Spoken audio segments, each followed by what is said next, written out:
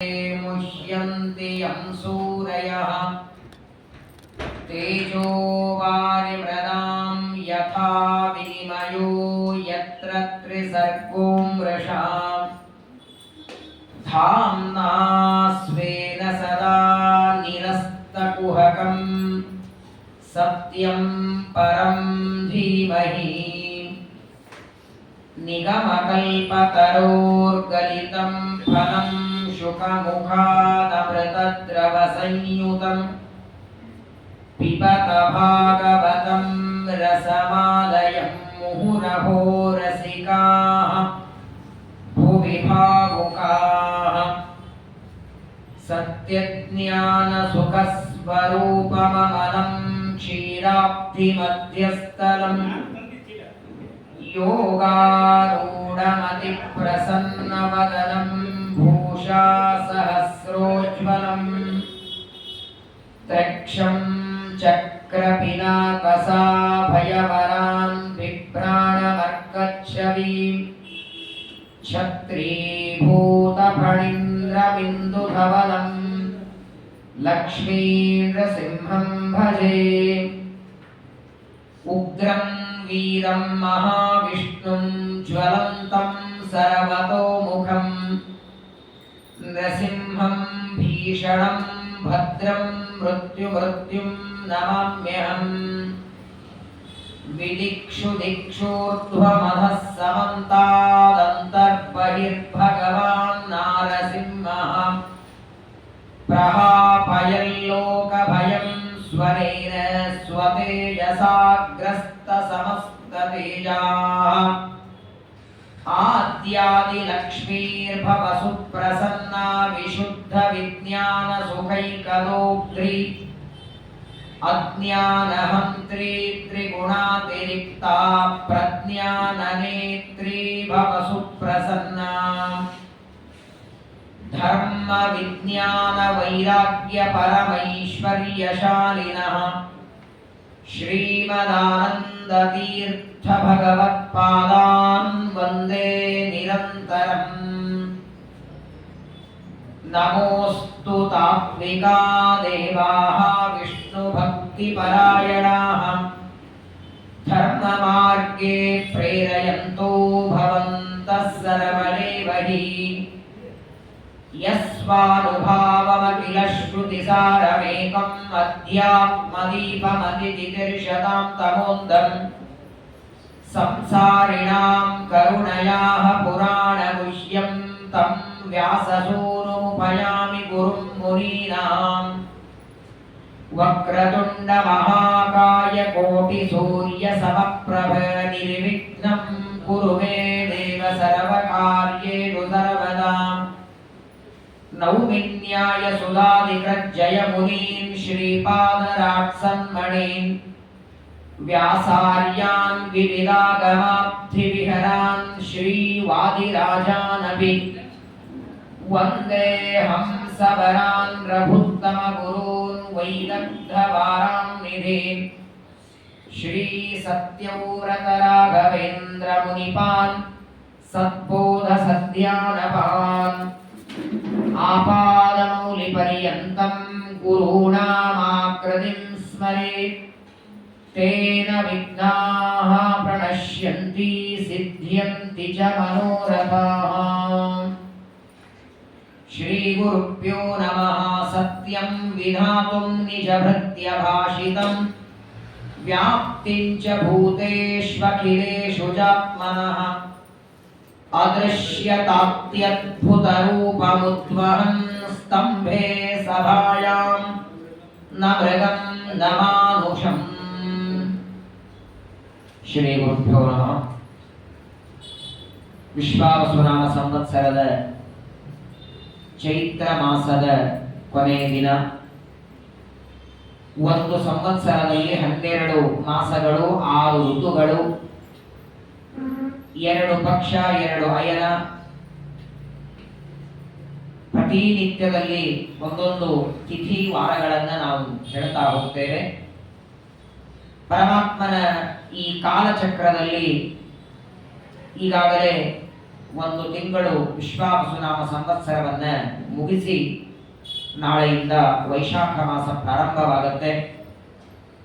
ಮಧುಸೂದನ ರೂಪಿಯಾದ ಪರಮಾತ್ಮ ವೈಶಾಖ ಮಾಸಕ್ಕೆ ನಿಯಾಮಕನಾಗಿ ವೈಶಾಖ ಮಾಸದಲ್ಲಿ ಏನೇನು ಮಾಡಬೇಕು ಅಂತ ಸ್ಕಂದ ಪುರಾಣದಲ್ಲಿ ಅಂಬರೀಷ ಮಹಾರಾಜನಿಗೆ ನಾರದರು ಉಪದೇಶವನ್ನ ಮಾಡುತ್ತಾರೆ. ವೈಶಾಖ ಮಾಸದಲ್ಲಿ ಮಾಡಬೇಕಾದ ದಾನಗಳು, ವೈಶಾಖ ಮಾಸದ ಪ್ರದಕ್ಷಿಣೆ ನಮಸ್ಕಾರ, ಪ್ರಾತಃ ಕಾಲದಲ್ಲಿ ವೈಶಾಖ ಸ್ನಾನ, ಎಲ್ಲದಕ್ಕಿಂತಲೂ ವೈಶಾಖ ಮಾಸದಲ್ಲಿ ಅತ್ಯಂತ ಮಹತ್ವದ ದೊಡ್ಡ ಕೆಲಸ ಅಂದ್ರೆ ಪರಮಾತ್ಮನ 2 ಅವತಾರಗಳಾದದ್ದು ವೈಶಾಖದಲ್ಲಿ. ಶ್ರಾವಣ ಮಾಸ ಕೃಷ್ಣಾವತಾರ, ಚೈತ್ರ ಮಾಸದಲ್ಲಿ ರಾಮ ಭೂಮಿಗೆ ಬಂದ್ರೆ, ವೈಶಾಖ ಮಾಸದ ತೃತೀಯ ಅಕ್ಷಯ ತೃತೀಯ ಅವತ್ತು ಪರಶುರಾಮ ದೇವರು ಅವತಾರ ಮಾಡಿದ್ದಿನ. ಪರಶುರಾಮ ಜಯಂತಿ ಅಂತ ಅಕ್ಷಯ ತೃತೀಯ ನಾವೆಲ್ಲರೂ ಆಚರಣೆ ಮಾಡ್ತೇವೆ. ಯಾವುದು ನಮ್ಮ ಹತ್ರ ಬಹಳ ದಿನ ಇರೋದಿಲ್ಲ, ಹಾಳಾಗಿ ಹೋಗ್ತದೆ, ಕಳೆದು ಹೋಗ್ತದೆ, ನಾಶ ಆಗತ್ತೆ, ಅದನ್ನು ಕ್ಷಯ ಅಂತ ಕರೀತಾರೆ. ಯಾವುದು ಶಾಶ್ವತವಾಗಿ ಉಳಿಯುತ್ತೋ ಅದು ಅಕ್ಷಯ. ಸಂಪಾದನೆ ಮಾಡಿದ ಸಂಪತ್ತು ಇರತ್ತೆ ಹೋಗತ್ತೆ, ಬಟ್ಟೆ ಹರಿದು ಹೋಗತ್ತೆ, ಅಕ್ಕಿ ಬೇಳೆ ಮುಗಿದು ಹೋಗತ್ತೆ, ಅನ್ನ ಅಳಿಸಿ ಹೋಗತ್ತೆ. ಶಾಶ್ವತವಾಗಿ ಉಳಿಯುವ ಸಂಪತ್ತು ಅಂದ್ರೆ ಪುಣ್ಯವೊಂದು, ಅದನ್ನೇ ಅಕ್ಷಯ ತೃತೀಯ ಅಂತ ಕರೆಯುವುದು. ಅದು ಪರಶುರಾಮ ದೇವರ ಜಯಂತಿ. ಮುಂದೆ ಚತುರ್ದಶಿಯ ದಿನ, ತ್ರಯೋದಶಿಯ ದಿನ ಪರಮಾತ್ಮ ನರಸಿಂಹ ರೂಪದಿಂದ ಅವತಾರ ಮಾಡ್ತಾನೆ. ವೈಶಾಖ ಮಾಸದಲ್ಲಿ ನರಸಿಂಹದೇವರ ಅವತಾರ, ನರಸಿಂಹ ಜಯಂತಿ. ನಾವೆಲ್ಲರೂ ಚೈತ್ರ ಮಾಸದಲ್ಲಿ ನಿನ್ನೆ ದಿವಸನೇ ನರಸಿಂಹದೇವರ ಅವತಾರವನ್ನ ಶ್ರವಣ ಮಾಡಿದ್ದೇವೆ. ಸಪ್ತಮ ಸ್ಕಂದ ಭಾಗವತದಲ್ಲಿ ಪರೀಕ್ಷಿತ ರಾಜರಿಗೆ ನರಸಿಂಹದೇವರ ಚರಿತ್ರೆಯನ್ನ ಶುಕಾಚಾರ್ಯರು ವಿಸ್ತಾರವಾಗಿ ವರ್ಣನೆಯನ್ನ ಮಾಡುತ್ತಾ, ಹಿರಣ್ಯಕಶಿಪುವಿನ ಮಕ್ಕಳಾದ ಪರಮ ವಿರಕ್ತರಾದ ಪ್ರಹ್ಲಾದ ರಾಜರಿಗೆ ನಾನು ಎಲ್ಲ ಕಡೆಗಿದ್ದೇನೆ ಅನ್ನುವ ಪ್ರಹ್ಲಾದರ ಮಾತು ಸತ್ಯ ಮಾಡುವುದಕ್ಕೆ ಸ್ತಂಭದಿಂದ ಬಂದ. ಸತ್ಯಂ ವಿಧಾತುಂ ನಿಜ ಭೃತ್ಯ ಭಾಷಿತಂ. ಭಾಷಿತಂ ಅಂದ್ರೆ ಹೇಳಿದ್ದು, ಮಾತಾಡಿದ್ದು. ನಾನು ಎಲ್ಲ ಕಡೆಗಿದ್ದೇನೆ ಅಂತ ನನ್ನ ಭಕ್ತ ಹೇಳಿದ ಮಾತು ಸತ್ಯ ಮಾಡಬೇಕು ಅಂತ ಸ್ತಂಭದಿಂದ ಬಂದ. ನಿಜ ಭೃತ್ಯ ಅಂದ್ರೆ ಯಾರು? ನಿಜ ಭೃತ್ಯ ಮಾತಾಡಿದ ಮಾತು ಸತ್ಯ ಮಾಡಬೇಕು. ದೇವರಿಗೆ ದೊಡ್ಡ ಜವಾಬ್ದಾರಿ. ಇಂದಿರಾಪತಿ ಇವರ ಮುಂದೆ ಕುಡಿಮನು, ಇವರ ಅಂದ ವಚನವ ನಿಜಕ್ಕೆ ತಂದು ತೋರ್ಪನು. ತನ್ನ ಭಕ್ತರು ಯಾರಿಗರೆ ಮಾತು ಕೊಟ್ರೆ ಅದನ್ನ ನಡೆಸೋ ಜವಾಬ್ದಾರಿ ದೇವರಿಗೆ. ಆರೋಗ್ಯ ಬರಲಿ, ನಿನಗೆ ಸೌಭಾಗ್ಯ ಬರಲಿ, ಸಂಪತ್ತು ಬರಲಿ. ರಾಘವೇಂದ್ರ ಸ್ವಾಮಿಗಳ ಚರಿತ್ರೆಯಲ್ಲಿ ಈ ತರಹದ ಉದಾಹರಣೆ ನೂರಾರು ಕೇಳ್ತೀವಿ. ಸತ್ತವನು ಬದುಕಲಿ ಅಂತ ಇವರು ಅಂದ್ರೆ ಬದುಕಬೇಕವರು, ಅದು ಅವರದಲ್ಲ, ಅದು ಮೇಲಿದ್ದವನು. ಮಗ ಒಂದೇನೋ ಪ್ರತಿಜ್ಞೆ ಮಾಡಿದ್ದಾನೆ ಅಂದ್ರೆ ಮಗನ ಪ್ರತಿಜ್ಞೆಯನ್ನ ತಂದೆ ಪೂರ್ಣ ಮಾಡುವಂತೆ ತನ್ನ ಮಕ್ಕಳಾದ ಯತಿಗಳು ಮಾಡಿದ ಸಂಕಲ್ಪವನ್ನ ಭಗವಂತ ಪೂರ್ಣ ಮಾಡ್ತಾನೆ. ಹಾಗಾಗಿ ಇಲ್ಲಿ ನಿಜ ಭೃತ್ಯ ಭಾಷಿತಂ ಅಂದ್ರೆ ನಿಜ ಭೃತ್ಯರು ಅಂದ್ರೆ ಪ್ರಹ್ಲಾದ ರಾಜರು ಮಾತ್ರ ಅಲ್ಲ. ನಿಜ ಭೃತ್ಯ, ನಿಜ ಶಬ್ದಕ್ಕೆ ಅನಾದಿ ಕಾಲದಿಂದಲೂ ಭೃತ್ಯ, ನಿನ್ನೆ ಮೊನ್ನೆ ಅಲ್ಲ. ಪ್ರಲಯೇಪಿ ಪ್ರತಿಭಾತ ಪರಾವರಹ ಮುಖ್ಯವಾಯು ಆಚಾರ್ಯರಂತಾರೆ. ಪ್ರಳಯ ಕಾಲದಲ್ಲಿಯೂ ಯಾರ ಜ್ಞಾನಕ್ಕೆ ತಿರೋಧಾನ ಇಲ್ಲ, ಪ್ರಳಯ ಕಾಲದಲ್ಲಿಯೂ ಭಗವಂತನ ವಿಸ್ಮರಣೆ ಇಲ್ಲ, ಪ್ರಳಯ ಕಾಲದಲ್ಲಿಯೂ ಯಾರಿಗೆ ಅಜ್ಞಾನದ ತಮೋಗುಣದ ಸಂಬಂಧವಿಲ್ಲವೋ ಅಂತಹ ಜೀವೋತ್ತಮರಾದ ವಾಯುದೇವರು, ಬ್ರಹ್ಮದೇವರು ಅವರು ನಿಜ ಭೃತ್ಯರು. ಅದರ ನಂತರದಲ್ಲಿ ನಿಜ ಭೃತ್ಯರು ಅಂದ್ರೆ ಸನಕಾದಿಗಳು. ಅವರ ಮಾತು ಸತ್ಯ ಮಾಡಬೇಕು. ಸನಕಾದಿಗಳು ಇವರಿಗೆ ಶಾಪ ಕೊಡುವಾಗ, ಇವರು ಹಿರಣ್ಯಕಶಿಪು ಆದಾಗ ದೇವರು ಸ್ತಂಭದಿಂದ ಬರ್ತಾನೆ ಅಂತ ಅವರ ಮಾತು ಸತ್ಯ. ಎರಡನೇದ್ದು ನಿಜ ಭೃತ್ಯರು ಬ್ರಹ್ಮವಾಯುಗಳು, ನಿಜ ಭೃತ್ಯರು ಸನಕಾದಿಗಳು. ಅದರ ನಂತರದಲ್ಲಿ ನಿಜ ಭೃತ್ಯರು ಅಂದ್ರೆ ಜಯ ವಿಜಯರು. ಅವರ ಮಾತು ಸತ್ಯ ಮಾಡಬೇಕು. ಪರಮಾತ್ಮನಿಂದ ಮರಣವನ್ನ ಹೊಂದಿ ದೇವರು ಸರ್ವತ್ರ ಇದ್ದಾನೆ, ದೇವರಿಂದಲೇ ಮರಣ ಬರಬೇಕು ಅಂತ ತನ್ನ ಭೃತ್ಯರಾದ ದ್ವಾರಪಾಲಕರಾದ ಜಯ ವಿಜಯರ ಮಾತು ಸತ್ಯ. ಮಾತ್ರವಲ್ಲ, ತನ್ನ ಭಕ್ತನಾದ ಪ್ರಹ್ಲಾದ ಇನ್ನೊಂದು ಅರ್ಥವನ್ನ ಹೇಳ್ತಾರೆ. ನಿಜ ಭೃತ್ಯ ಅನ್ನುವ ಶಬ್ದಕ್ಕೆ ನಾವೆಲ್ಲರೂ ಅಂತ ನಮ್ಮನ್ನೆಲ್ಲ ಇಟ್ಕೊಂಡಿದ್ದಾರೆ. ನಿಜ ಭೃತ್ಯರು ಅಂದ್ರೆ ನಾವೆಲ್ಲ ಮನುಷ್ಯರು. ನಾವೇನ್ ಮಾಡೀವಿ? ಬ್ರಹ್ಮದೇವರ ಮಾತು ಅಥವಾ ದೇವತೆಗಳ ಮಾತು, ಜಯ ವಿಜಯರ ಮಾತು ಸತ್ಯ ಮಾಡುವುದಕ್ಕೆ ಸ್ತಂಭದಿಂದ ದೇವರು ಬಂದ ಸರಿ, ನಮಗೆಲ್ಲ ಭಕ್ತರಿಗೆ ಒಂದು ವಿಶ್ವಾಸವನ್ನ ಕೊಟ್ಟ, ಒಂದು ನಂಬಿಕೆ ಬಂತು. ಅಷ್ಟು ಘೋರವಾದ ನಾನಾ ರೀತಿಯಾದ ವಿಷದ ಬಾಧೆಯಿಂದ ಪ್ರಹ್ಲಾದರನ್ನ ಕೊಲ್ಲಬೇಕು ಅಂತ ತಂದೆ ಉದ್ಯುಕ್ತನಾದರೂ ಪ್ರಹ್ಲಾದನ ರಕ್ಷಣೆಗೆ ಸ್ತಂಭದಿಂದ ಬಂದಾನಂದ್ರೆ ಇವತ್ತಿಲ್ಲ ನಾಳೆ ನಮ್ಮ ರಕ್ಷಣೆಗೂ ಬರ್ತಾನೆ ಅನ್ನುವ ಆತ್ಮವಿಶ್ವಾಸ ನಮಗೆ ಬರಬೇಕು. ಅದು ಬಂದ್ರೆ ಪ್ರವಚನ ಕೇಳಿ ಸಾರ್ಥಕ. ಎಲ್ಲಿವರೆಗೆ ವಿಶ್ವಾಸ ಇಲ್ಲ, ಶ್ರೀಮದಾಚಾರ್ಯ ಅಂತಾರೆ, ರಕ್ಷತಿ ತೇವ ವಿಶ್ವಾಸ ತದೀಯೋಹಂ ಸಮೇಪತಿ ಶರಣಾಗತಿ ರೇಷಾಸ್ಯಾತ್ ವಿಷ್ಣು ಮೋಕ್ಷ ಫಲಪ್ರದ. ಮಾಡ್ತಾನೋ ಇಲ್ಲೋ, ಗಜೇಂದ್ರನ ಉದ್ಧಾರಕ್ಕೆ ಬಂದ, ಧ್ರುವರಾಜನ ಉದ್ಧಾರಕ್ಕೆ ಬಂದ, ಹಾಗೆ ನಮ್ಮ ಉದ್ಧಾರಕ್ಕೆ ಬರ್ತಾನೋ ಇಲ್ಲೋ ಅನ್ನುವ ಸಂದೇಹ ಇತ್ತು ಅಂದ್ರೆ ಅವನು ಭೃತ್ಯ ಅಲ್ಲ. ಅವಶ್ಯವಾಗಿ ದೇವರ ಅನುಗ್ರಹ ಮಾಡುತ್ತಾನೆ. ಈ ಎಲ್ಲ ನಿಜ ಭೃತ್ಯರು ಮಾತಾಡಿದ ಮಾತು ಸತ್ಯ ಮಾಡುವುದಕ್ಕೆ ಪರಮಾತ್ಮ ಸ್ತಂಭದಿಂದ ಬಂದ. ಹೇಗೆ? ನ ಮೃಗಂ ನ ಮಾನುಷಂ.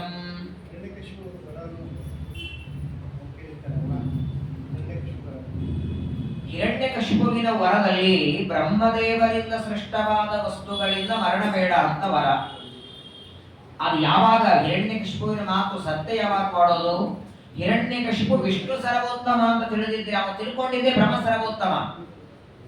ಬ್ರಹ್ಮದೇವರ ಮೇಲೆ ಒಬ್ಬರಿದ್ದಾರೆ ಅಂತ ತಿಳ್ಕೊಂಡೇ ಇಲ್ಲವ ಅನ್ನೋದಕ್ಕಾಗೇನೆ ನಿಮ್ಮಿಂದ ಸೃಷ್ಟವಾದ ಪದಾರ್ಥಗಳಿಂದ ಮರಣ ಬೇಡ ಅನ್ನೋ ವರ ಬೇಡಿ ಇವ ಅಜರಾಮನ ಅಂದ್ಕೊಂಡಿದ್ದ. ಅದಕ್ಕಾಗಿ ಭಗವಂತ ಸ್ತಂಭದಿಂದ ಬಂದ. ನ ಮೃಗಂ ನ ಮಾನುಷ. ಮೃಗದ ಆಕಾರ, ಸಂಪೂರ್ಣವಾದ ಶರೀರ ಮೃಗದ ಆಕಾರ, ಮುಖ ಮಾತ್ರ ಸಿಂಹದ ಆಕಾರ, ಶರೀರ ಮಾತ್ರ ಮನುಷ್ಯನ ಆಕಾರ. ಮನುಷ್ಯನೂ ಅಲ್ಲಿ ಬರಲ್ಲ, ಮೃಗನೂ ಅಲ್ಲ ಅಂತಹ ಪರಮಾತ್ಮ ಸ್ತಂಭೆ ಅದೃಶ್ಯತ, ಸ್ತಂಭದಲ್ಲಿ ಕಾಣಿಸಿಕೊಂಡ ಅಂತೆ. ಸ್ತಂಭಾರ್ಭಕ ಅಂತ ವಾದಿರಾಜರು ಕರೀತಾರೆ. ಸಾಮಾನ್ಯವಾಗಿ ಮಕ್ಕಳ ಉಪನಯನ ಅಥವಾ ಮದುವೆ ಇದ್ರೆ ಆ ಪತ್ರಿಕೆಯಲ್ಲಿ ಇಂಥವರ ಮಗ ಅಂತ ಬರಿಬೇಕಲ್ಲ, ಇಂಥವರ ಮೊಮ್ಮಗ, ಇಂಥವರ ಮಗ, ಈ ಹುಡುಗನ ಉಪನಯನ. ಹಾಗೆ ನರಸಿಂಹದೇವರ ಉಪನಯನಕ್ಕೆ ಅಥವಾ ಅವರ ವಿವಾಹಕ್ಕೆ ಪತ್ರಿಕೆ ಬರೆದರೆ ಅಪ್ಪ ಅಮ್ಮನ ಹೆಸರು ಬರಿಬೇಕಲ್ಲ ಪತ್ರಿಕೆಯಲ್ಲಿ. ಶ್ರೀಕೃಷ್ಣ ಪರಮಾತ್ಮನ ವಿವಾಹ ಪತ್ರಿಕೆನೇ ಮಾಡಿಸ್ಲಿಲ್ಲ. 16,108 ಜನರ ವಿವಾಹ ಮಾಡಿಕೊಂಡ್ರು. ತಂದೆ ಇಲ್ಲ, ತಾಯಿ ಇಲ್ಲ, ಪತ್ರಿಕೆ ಇಲ್ಲ, ಯಾರನ್ನ ಕರೆಯೋದಿಲ್ಲ, ಹೇಳೋದಿಲ್ಲ, ಮದುವೆ ಆಯ್ತು. ರಾಮಾವತಾರದಲ್ಲಿ ಸೀತಾದೇವಿ ಕೊರಳೆ ಮಾಲೆ ಹಾಕಿದ್ದು ವಿವಾಹ ಮಾಡಿಕೊಂಡ. ಆದರೆ ನರಸಿಂಹದೇವರ ವಿವಾಹ ಅಥವಾ ಉಪನಯನ ಕಾಲದಲ್ಲಿ ಅವರ ಪತ್ರಿಕೆಯಲ್ಲಿ ಬರೆಯುವಾಗ ಕಂಬಪ್ಪ ಕಂಬಮ್ಮನ ಏಕೈಕ ಪುತ್ರನಾದ ನರಸಿಂಹನ ಉಪನಯನ. ಸ್ತಂಭಾರ್ಭಕ ಅಂತ ವಾದಿರಾಜರು ಕರೀತಾರೆ. ಅಂತಹ ಪರಮಾತ್ಮ ಸ್ತಂಭದಿಂದ ಬರ್ತಾನೆ. ಯಾವಾಗ ನರಸಿಂಹದೇವರು ಆ ಹಿರಣ್ಯಕಶಿಪು ಸ್ತಂಭಕ್ಕೆ ಬಡದಾಗ ಪರಮಾತ್ಮ ಪ್ರಕಟನಾದ, ಬಂದಾಕ್ಷಣ ಸಸತ್ವಮೇವಂ ಪರಿತೋ ವಿಪಶ್ಯನ್ ಸ್ತಂಭಸ್ಯ ಮಧ್ಯಾದನು ನಿರ್ಜಿಹಾರಂ ನಾಯಂ ಮೃಗೋ ನಾಪಿ ನರೋ ವಿಚಿತ್ರಂ ಅಹೋ ಕಿಮೇ ತಂದ್ರ ಮೃಗೇಂದ್ರ ರೂಪಂ. ಆಶ್ಚರ್ಯ ಆಯ್ತಂತೆ ಹಿರಣ್ಯಕಶಿಪುವಿಗೆ. ನರಸಿಂಹದೇವರು ಸ್ತಂಭದಿಂದ ಬಂದಾಗ ಆ ಪರಮಾತ್ಮನನ್ನ ನೋಡ್ತಾನೆ. ಸಮಗ್ರವಾದ ಶರೀರ ಮಾನವ ಶರೀರ, ಮುಖ ಮಾತ್ರ ಸಿಂಹದ ಮುಖ. ಈ ವಿಚಿತ್ರವಾದ ರೂಪವನ್ನ ನೋಡಿ ಮಗನಿಗೆ ಕೇಳ್ತಾನೆ, ಇದೇನಾ ನಿನ್ ದೇವರು? ಯಾವಾಗಲೂ ಹೇಳ್ತಿದ್ಯಲ್ಲ ರಕ್ಷಣೆ ಮಾಡ್ತಾನೆ, ಬರ್ತಾನೆ, ಅನುಗ್ರಹ ಮಾಡ್ತಾನೆ ಅಂತ. ಇಷ್ಟು ದಿನಗಳಿಂದ ಯಾರನ್ನ ನಂಬಿಕೊಂಡು ಕೂತಿದ್ದಿ, ಇವನೇನಾ? ನಾನೇನೋ ಚೆನ್ನಾಗಿ ಗೋಡಂಬೆ ದ್ರಾಕ್ಷಿ ತಿಂದು ಗುಡುಗೊಂಡಿರ್ತಾನೆ, ಇವನೆಲ್ಲ ದೇವರಾಗ್ತಾನೆ? ಅವನ ಮುಖ ಏನು? ಸಿಂಹದ ಮುಖ, ದೇಹ ಮಾನವ ಶರೀರ, ಇದೆಂದಾದರೂ ದೇವರಾಗತ್ತ? ಮೀಮಾಂಸಮಾನಸ್ಯ ಸಮುತ್ಥಿತ. ಚೇಷ್ಟೆ ಮಾಡ್ತಾನೆ. ನರಸಿಂಹದೇವರ ರೂಪವನ್ನ ನೋಡಿ ಇದು ದೇವರಲ್ಲ ಅಂತ ಪ್ರಹ್ಲಾದನ ಜೊತೆಗೆ ಚೇಷ್ಟೆ ಮಾಡ್ತಾನೆ.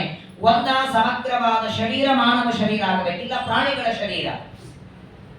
ಇದು ಮನುಷ್ಯನೂ ಅಲ್ಲ, ಮೃಗನೂ ಅಲ್ಲ, ಇದೆಲ್ಲಿ ದೇವರಾಗತ್ತೆ ಅಂತ ಸ್ವಲ್ಪ ಹೊತ್ತು ಚೇಷ್ಟೆ ಮಾಡಿ ಆ ಭಗವಂತನಂತಾನೆ, ಏನೋ ನನ್ನ ಮಗನಿಗೆ ನಿನ್ನ ಮೇಲೆ ಬಹಳ ವಿಶ್ವಾಸ, ಸಣ್ಣ ಮಗುವಿನಿಂದ ಇವತ್ತಿನವರೆಗೆ ನಿನ್ನ ಧ್ಯಾನ, ನಿನ್ನ ಮಂತ್ರ ಜಪ ಮಾಡ್ತಾನೆ, ನಿನ್ನ ಮೇಲೆ ಅವನಿಗೆ ವಿಶ್ವಾಸ.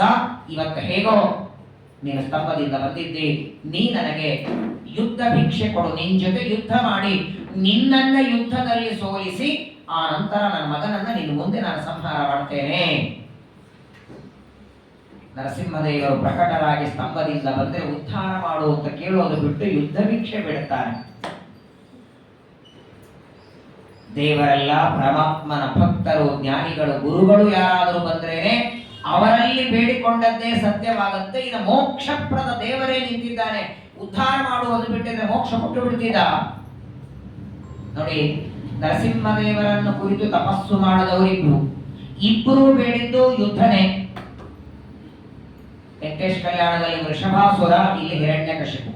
ಅವನು ನರಸಿಂಹ ಶಾಲಿಗ್ರಾಮವನ್ನ ಇಟ್ಟುಕೊಂಡು 5,000 ವರ್ಷ ರುಂಡ ಕತ್ತರಿಸಿ ಇಡ್ತಿದ್ದಂತೆ. ಪುಷ್ಪ ಅಂತೆ, ಎಲ್ಲೋ ಸಿಗತ್ತೆ ಒಂದು 20-50 ಪ್ಯಾಕೆಟ್ ಹೂವು ಅಲ್ಲ. ಹಿರಣ್ಯಕಶಿಪು ಪೂಜೆ ಶ್ರೀಮದಾಚಾರ್ಯ ಅಂತಾರೆ. ಹಾಗಾದ್ರೆ ರುಂಡ ಕತ್ತರಿಸಿ ಸೇರಿಸಬಹುದಾ ದೇವರಿಗೆ? ತಾಮಸ ಪೂಜೆ ಅಂತಾರೆ ಆಚಾರ್ಯರು. ಶ್ರೀಮದಾಚಾರ್ಯರು ಸಾತ್ವಿಕ, ರಾಜಸ, ತಾಮಸ ಅಂತ ತ್ರಿವಿಧ ಪೂಜೆ. ನಮಗೆ ಹೂವ ದೇವರಿಗೆ ಏರಿಸೋದು ಅಂದ್ರೆ ಒಂದು ಗೊತ್ತಿರೋದೇನು? ಮಲ್ಲಿಗೆ, ಸಂಪಿಗೆ, ಜಾಜಿ, ಪಾರಿಜಾತ. ಶ್ರೀಮದಾಚಾರ್ಯರು ಹೂವುಗಳು ಏರಿಸ್ತಿದ್ರ. ಅಷ್ಟಭಿರ್ಭಾವ ಪುಷ್ಪೈಹಿ 14ನೇ ಸರ್ಗ ಸುಮಧು ವಿಷಯದಲ್ಲಿ ಹೇಳ್ತಾರೆ. ಶ್ರೀಮದಾಚಾರ್ಯರು ಪ್ರತಿನಿತ್ಯದಲ್ಲಿ ದೇವರಿಗೆ 8 ಹೂವ ಏರಿಸ್ತಿದ್ರು.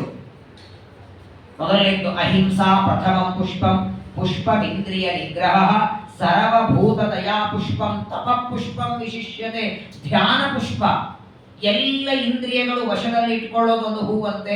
ಹಿಂಸೆ ಮಾಡದೇ ಇರೋದು, ಸರ್ವ ಪ್ರಾಣಿಗಳಲ್ಲಿ ದಯಾ ಮಾಡೋದು, ಇದೆಲ್ಲ ಹೂವಾಗಿ ಏರಿಸ್ತಿದ್ರು. ಪರಮಾತ್ಮನನ್ನ ತನ್ನ ರುಂಡವನ್ನ ಹೂವಾಗಿ ಕತ್ತರಿಸಿ 5,000 ವರ್ಷಗಳ ನಂತರ ನರಸಿಂಹದೇವರು ಪ್ರಕಟನಾಗಿ ಬಂದಾಗ ಆ ವೃಷಭಾಸುರ ಕೇಳಿದ್ದು ಯುದ್ಧ ಭಿಕ್ಷೆಯನ್ನ. ಇದು ನರಸಿಂಹದೇವರನ್ನ ಹಿರಣ್ಯಕಶಿಪು ಯುದ್ಧ ಮಾಡಬೇಕು ಅಂತ ಹೇಳ್ತಾನೆ. ಅವರಿಬ್ಬರ ಮಧ್ಯದಲ್ಲಿ ಯುದ್ಧ ಪ್ರಾರಂಭವಾಗುತ್ತೆ. ಆದರೆ ಅದು ಯುದ್ಧ ಅಂತ ಅನಿಸಿದ್ದು ಹಿರಣ್ಯಕಶಿಪುವಿಗೆ, ದೇವರಿಗಲ್ಲ. ಲೈಟ್ ಹೋದಾಗ ಒಂದು ದೀಪ ಹಚ್ಚಿಟ್ಟಿರ್ತೀವಿ, ಆ ದೀಪದ ಸುತ್ತಲೂ ಒಂದು ಹುಳ ಓಡಾಡ್ತಿರ್ತದೆ.